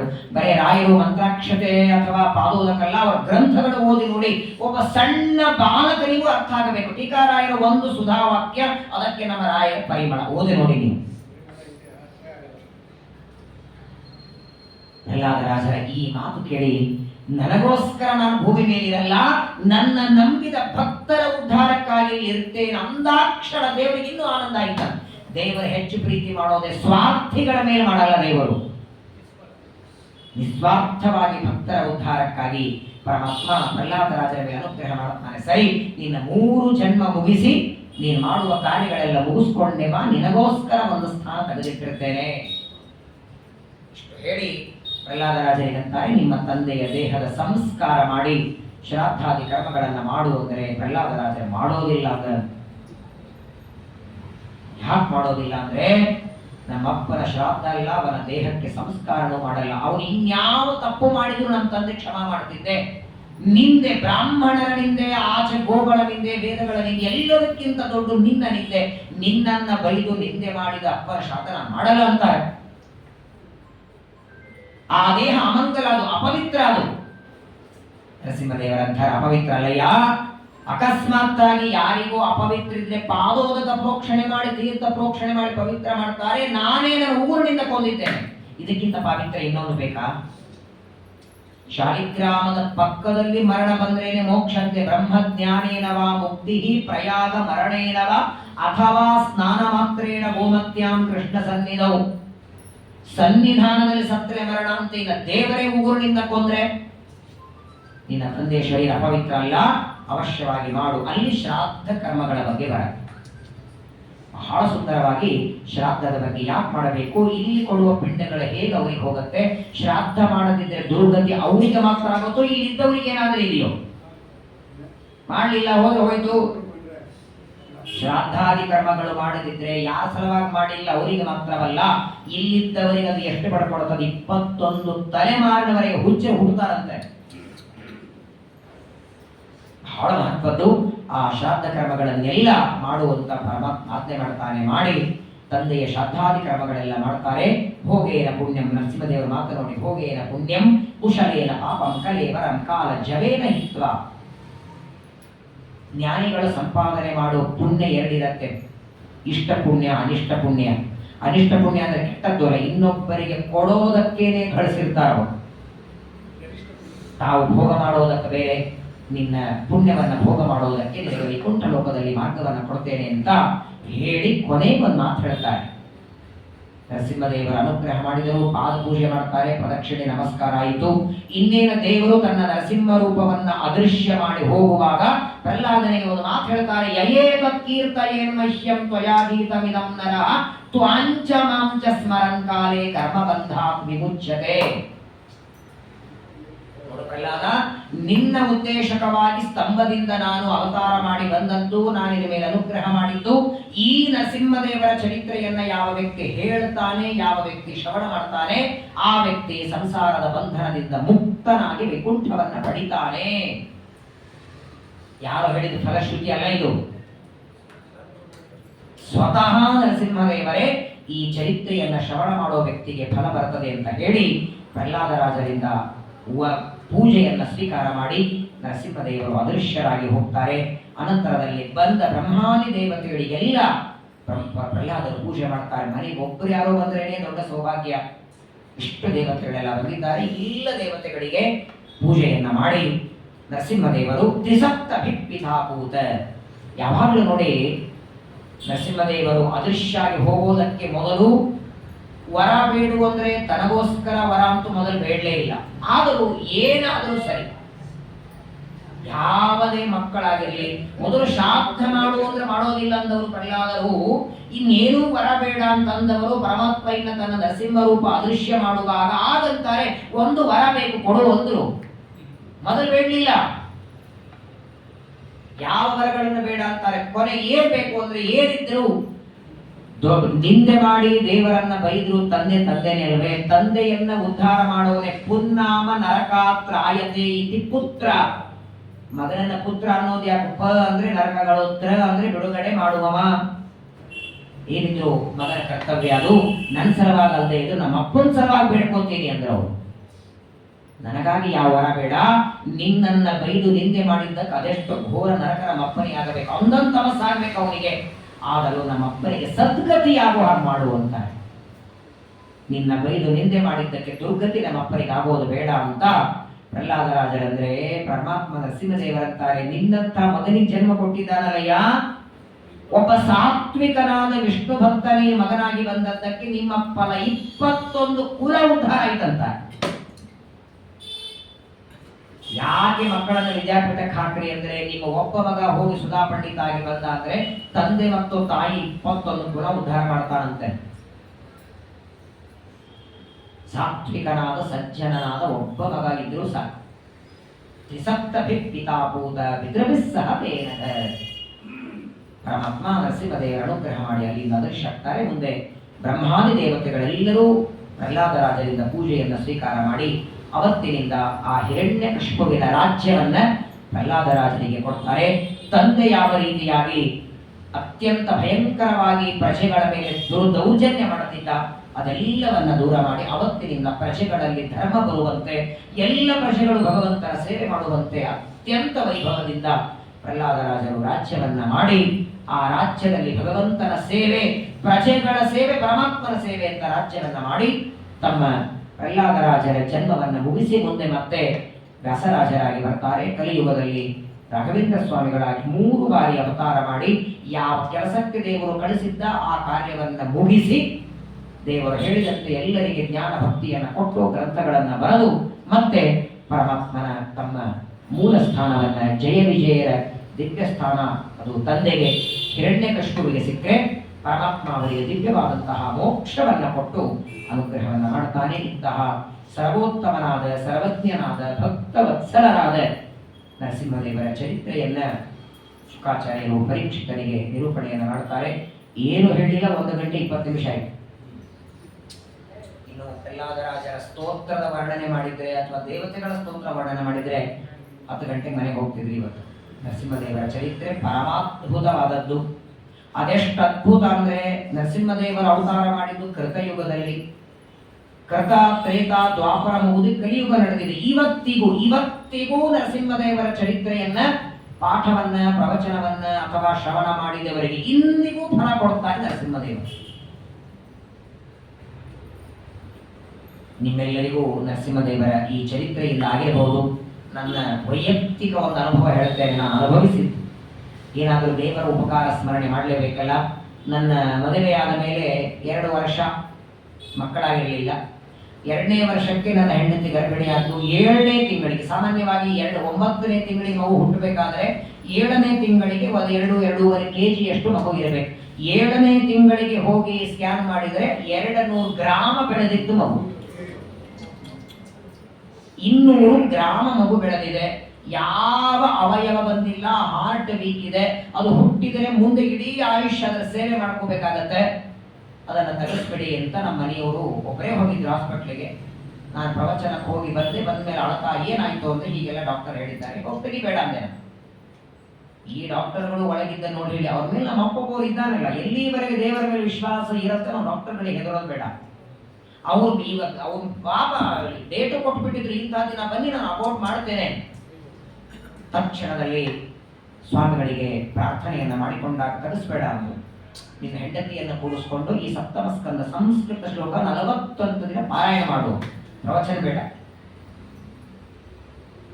ಪ್ರಾರಂಭದ ದಿನ ಸಂಕಲ್ಪ ಮಾಡಿಕೊಂಡು ನರಸಿಂಹದೇವರ ಈ ಚರಿತ್ರೆ ಸಂಸ್ಕೃತ ಶ್ಲೋಕಗಳ ಅವರ ಎದುರುಗಡೆ ಕೂಡಿಸ್ಕೊಂಡು ಪಾರಾಯಣ 15 ದಿನ ಪಾರಾಯಣ ಮಾಡಿ 16ನೇ ದಿನ ಮತ್ತೆ ಸ್ಕ್ಯಾನಿಗೆ ಹೋದ್ರೆ 3 kg ಬೆಳೆದಿದೆ ಮಗು.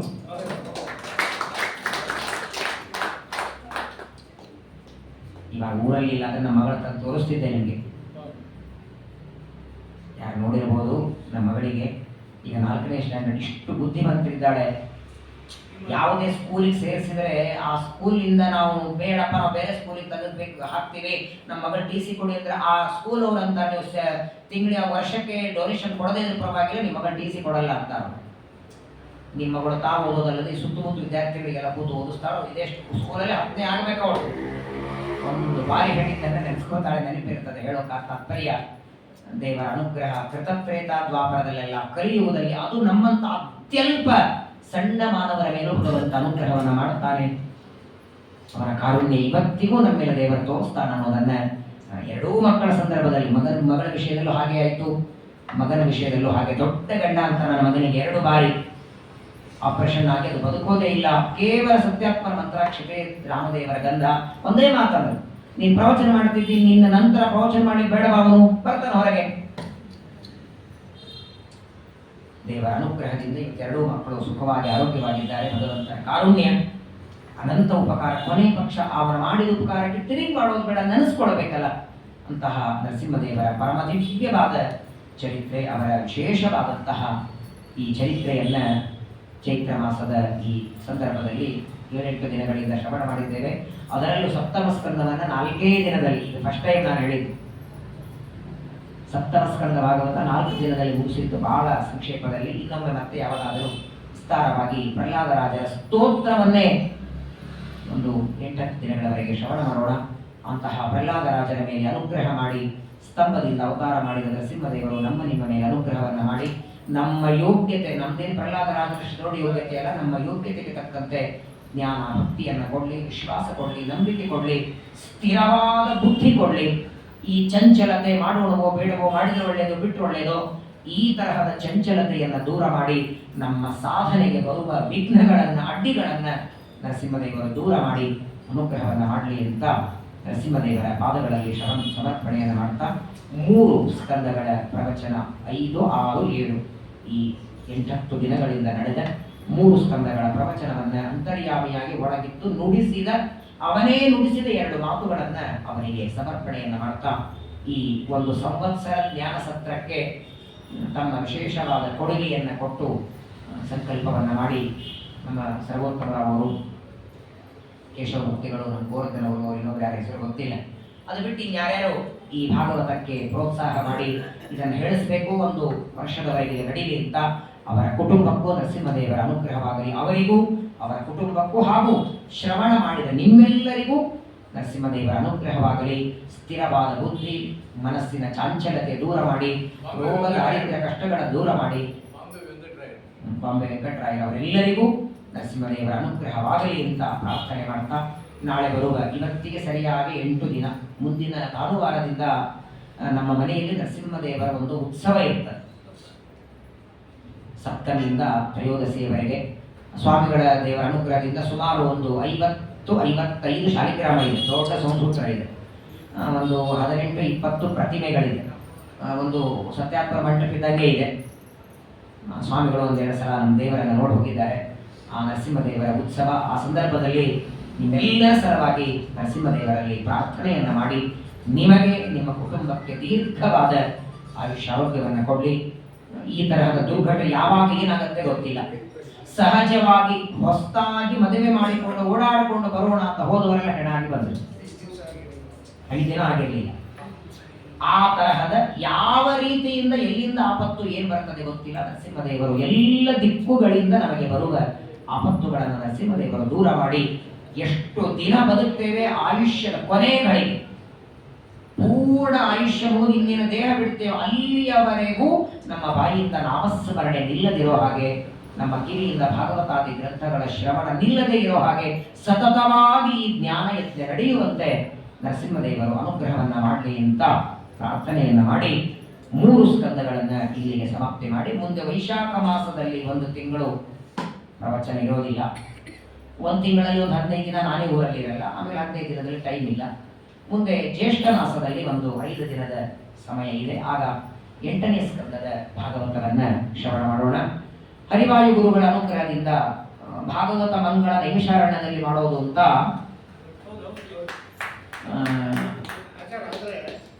ಲಕ್ಷ್ಮೀಸ್ಕಂದವರೆಗೂ ಇಲ್ಲ ಅಂದ್ಬಿಟ್ಟು ನೈಮಿಷಾರಣ್ಯದಲ್ಲಿ ಒಂದು 5 ದಿವಸ ಇಟ್ಕೊಂಡು, ಯಾಕೆಂದರೆ ಬಾಕಿವೆಲ್ಲ ಎಲ್ಲ ಮುಗಿಯೋಕ್ಕಾಗಲ್ಲ. ಇಲ್ಲಿ ಲಕ್ಷ್ಮೀಸ್ಕಂದ ಇದೆಲ್ಲ ಅಲ್ಲಿ ಹೇಳಿಕ್ಕಾಗಲ್ಲ, ಅದೆಲ್ಲ ಇಲ್ಲೇ ನೋಡೋದು. ಈ ಸಮಸ್ಯೆ ಅದು ಪ್ರಶ್ನೆ ಅಂದರೆ ನೈಮಿಷಾರಣ್ಯದಲ್ಲಿ ಭಾಗವತದ ಮಂಗಲ ಮಹೋತ್ಸವ ಮಾಡೋದಾದರೆ ಕಾರ್ತಿಕ ಮಾಸದಲ್ಲಿ ಯಾವ ಡೇಟಲ್ಲಿ ಮಾಡೋದು? ಯಾಕಂದ್ರೆ ಇಲ್ಲಿ ಮಾಡೋದಕ್ಕೆ ಸಂಘ ಇದ್ದೇ ಇರ್ತದೆ, ಯಾವಾಗಲೂ ಖಾಲಿ ಅವೈಲೇಬಲ್ ಇರ್ತದೆ. ಅಲ್ಲಿ ಹಾಲ್ ಸಿಗಲ್ಲ. ಅಲ್ಲಿ 5-6 ತಿಂಗಳಿಂದ ಬದಲು ಬುಕ್ ಮಾಡಬೇಕಾಗತ್ತೆ. ಮಾಡೋದೇ ಅಂತ ಆದರೆ ಫಿಕ್ಸು ಅಂತ ಆದರೆ ಒಂದು ಡೇಟ್ ನಾವು ಕೊಡ್ತೀವಿ. ಮೊದಲು ಎಲ್ಲರೂ ಒಂದೇ ಮನಸ್ಸಿನಿಂದ ಮಾಡೋದು ಅಂತ ಒಪ್ಪಿಗೆ ಆದರೆ ಒಂದು ಡೇಟ್ ತೆಗೆಯೋಣ. ಅಲ್ಲಿ ಹೋಗೋ ಬರೋದು, ಟಿಕೆಟು, ಟ್ರೈನು ಅಥವಾ ರೈಲು, ಆಮೇಲೆ ಅಲ್ಲಿ ಮೊದಲು ರೂಮ್ ಸಿಗಬೇಕು. 5-6 ದಿನ ಇರುತ್ತೆ, ಎಲ್ಲ ಹಾಲಲ್ಲಿ ಇರ್ಲಿಕ್ಕಾಗಲ್ಲ. ಹಾಗಾಗಿ ಮೊದಲನೇದು ಎಲ್ಲರಿಗೆ ಸಮ್ಮತಿ ಇದೆಯಾ?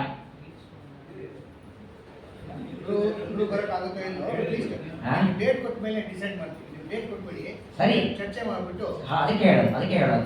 ಯಾಕಂದ್ರೆ ಇದು ಕೇವಲ ನೈಮಿಷಾರಣ್ಯದಲ್ಲಿ ಭಾಗವತ ಮಂಗಳ ಮಾಡೋದು ಅಂತ ನಾನು ನಮ್ಮ ಮನಸ್ನಾಗ ಅನ್ಕೊಳ್ತೀನಿ, ಇನ್ನೊಬ್ಬ ತಮ್ಮ ಮನಸ್ನಾಗ ಅನ್ಕೋತಾರೆ. ಅದು ಬರೀ ಮನಸ್ನಾಗೆ ಕೂತು ಬಿಡುತ್ತಲ್ಲ. ಅದು ಹೊರಗಡೆ ಬಂದು ಎಲ್ಲರೂ ಒಪ್ಪಿಗೆಯಾಗಿ ಮುಂದುವರಿಬೇಕು. ಅಲ್ಲಿ ಫೋನ್ ಮಾಡಬೇಕು, ಆ ಟೈಮಲ್ಲಿ ರೂಮ್ ಅವೈಲೇಬಲ್ ಇದೆಯಾ ಅಂತ ಕೇಳಬೇಕು ಸ್ವಲ್ಪ. ಯಾಕಂದ್ರೆ ನೈಮಿಷಾರಣ್ಯ ಅದು 18 ಪುರಾಣಗಳ ತವರು ಮನೆ, 12 ತಿಂಗಳು ಪ್ರವಚನ ನಡೀತಿರ್ತದೆ. ಸರಳವಾಗಿ ಅವೈಲೇಬಲ್ ಅಲ್ಲಿ ಯಾವ ಹಾಲು ಗೀಲು ಸಿಗಲ್ಲ.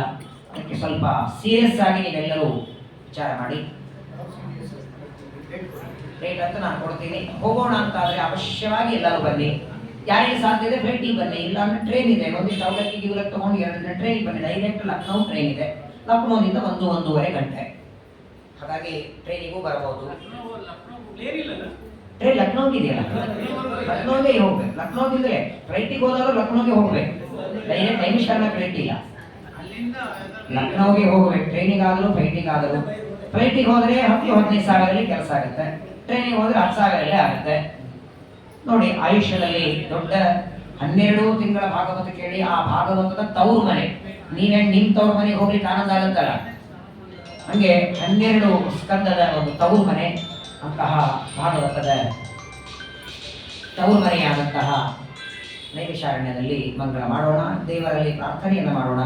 ಎಲ್ಲರೂ ಒಮ್ಮನಸ್ಸಿನ ರೆಡಿಯಾಗಿ. ನಾನು ಪ್ರವಚನ ಮುಗಿಸ್ ಮನೆಗೆ ಹೋಗ್ಬಿಟ್ಟು 1-2 ಡೇಟ್ ತೆಗೆದು ಕೇಶವಮೂರ್ತಿಗಳಿಗೆ, ಸರ್ವೋತ್ತಮರವರಿಗೆ ಮೆಸೇಜ್ ಹಾಕ್ತೇನೆ.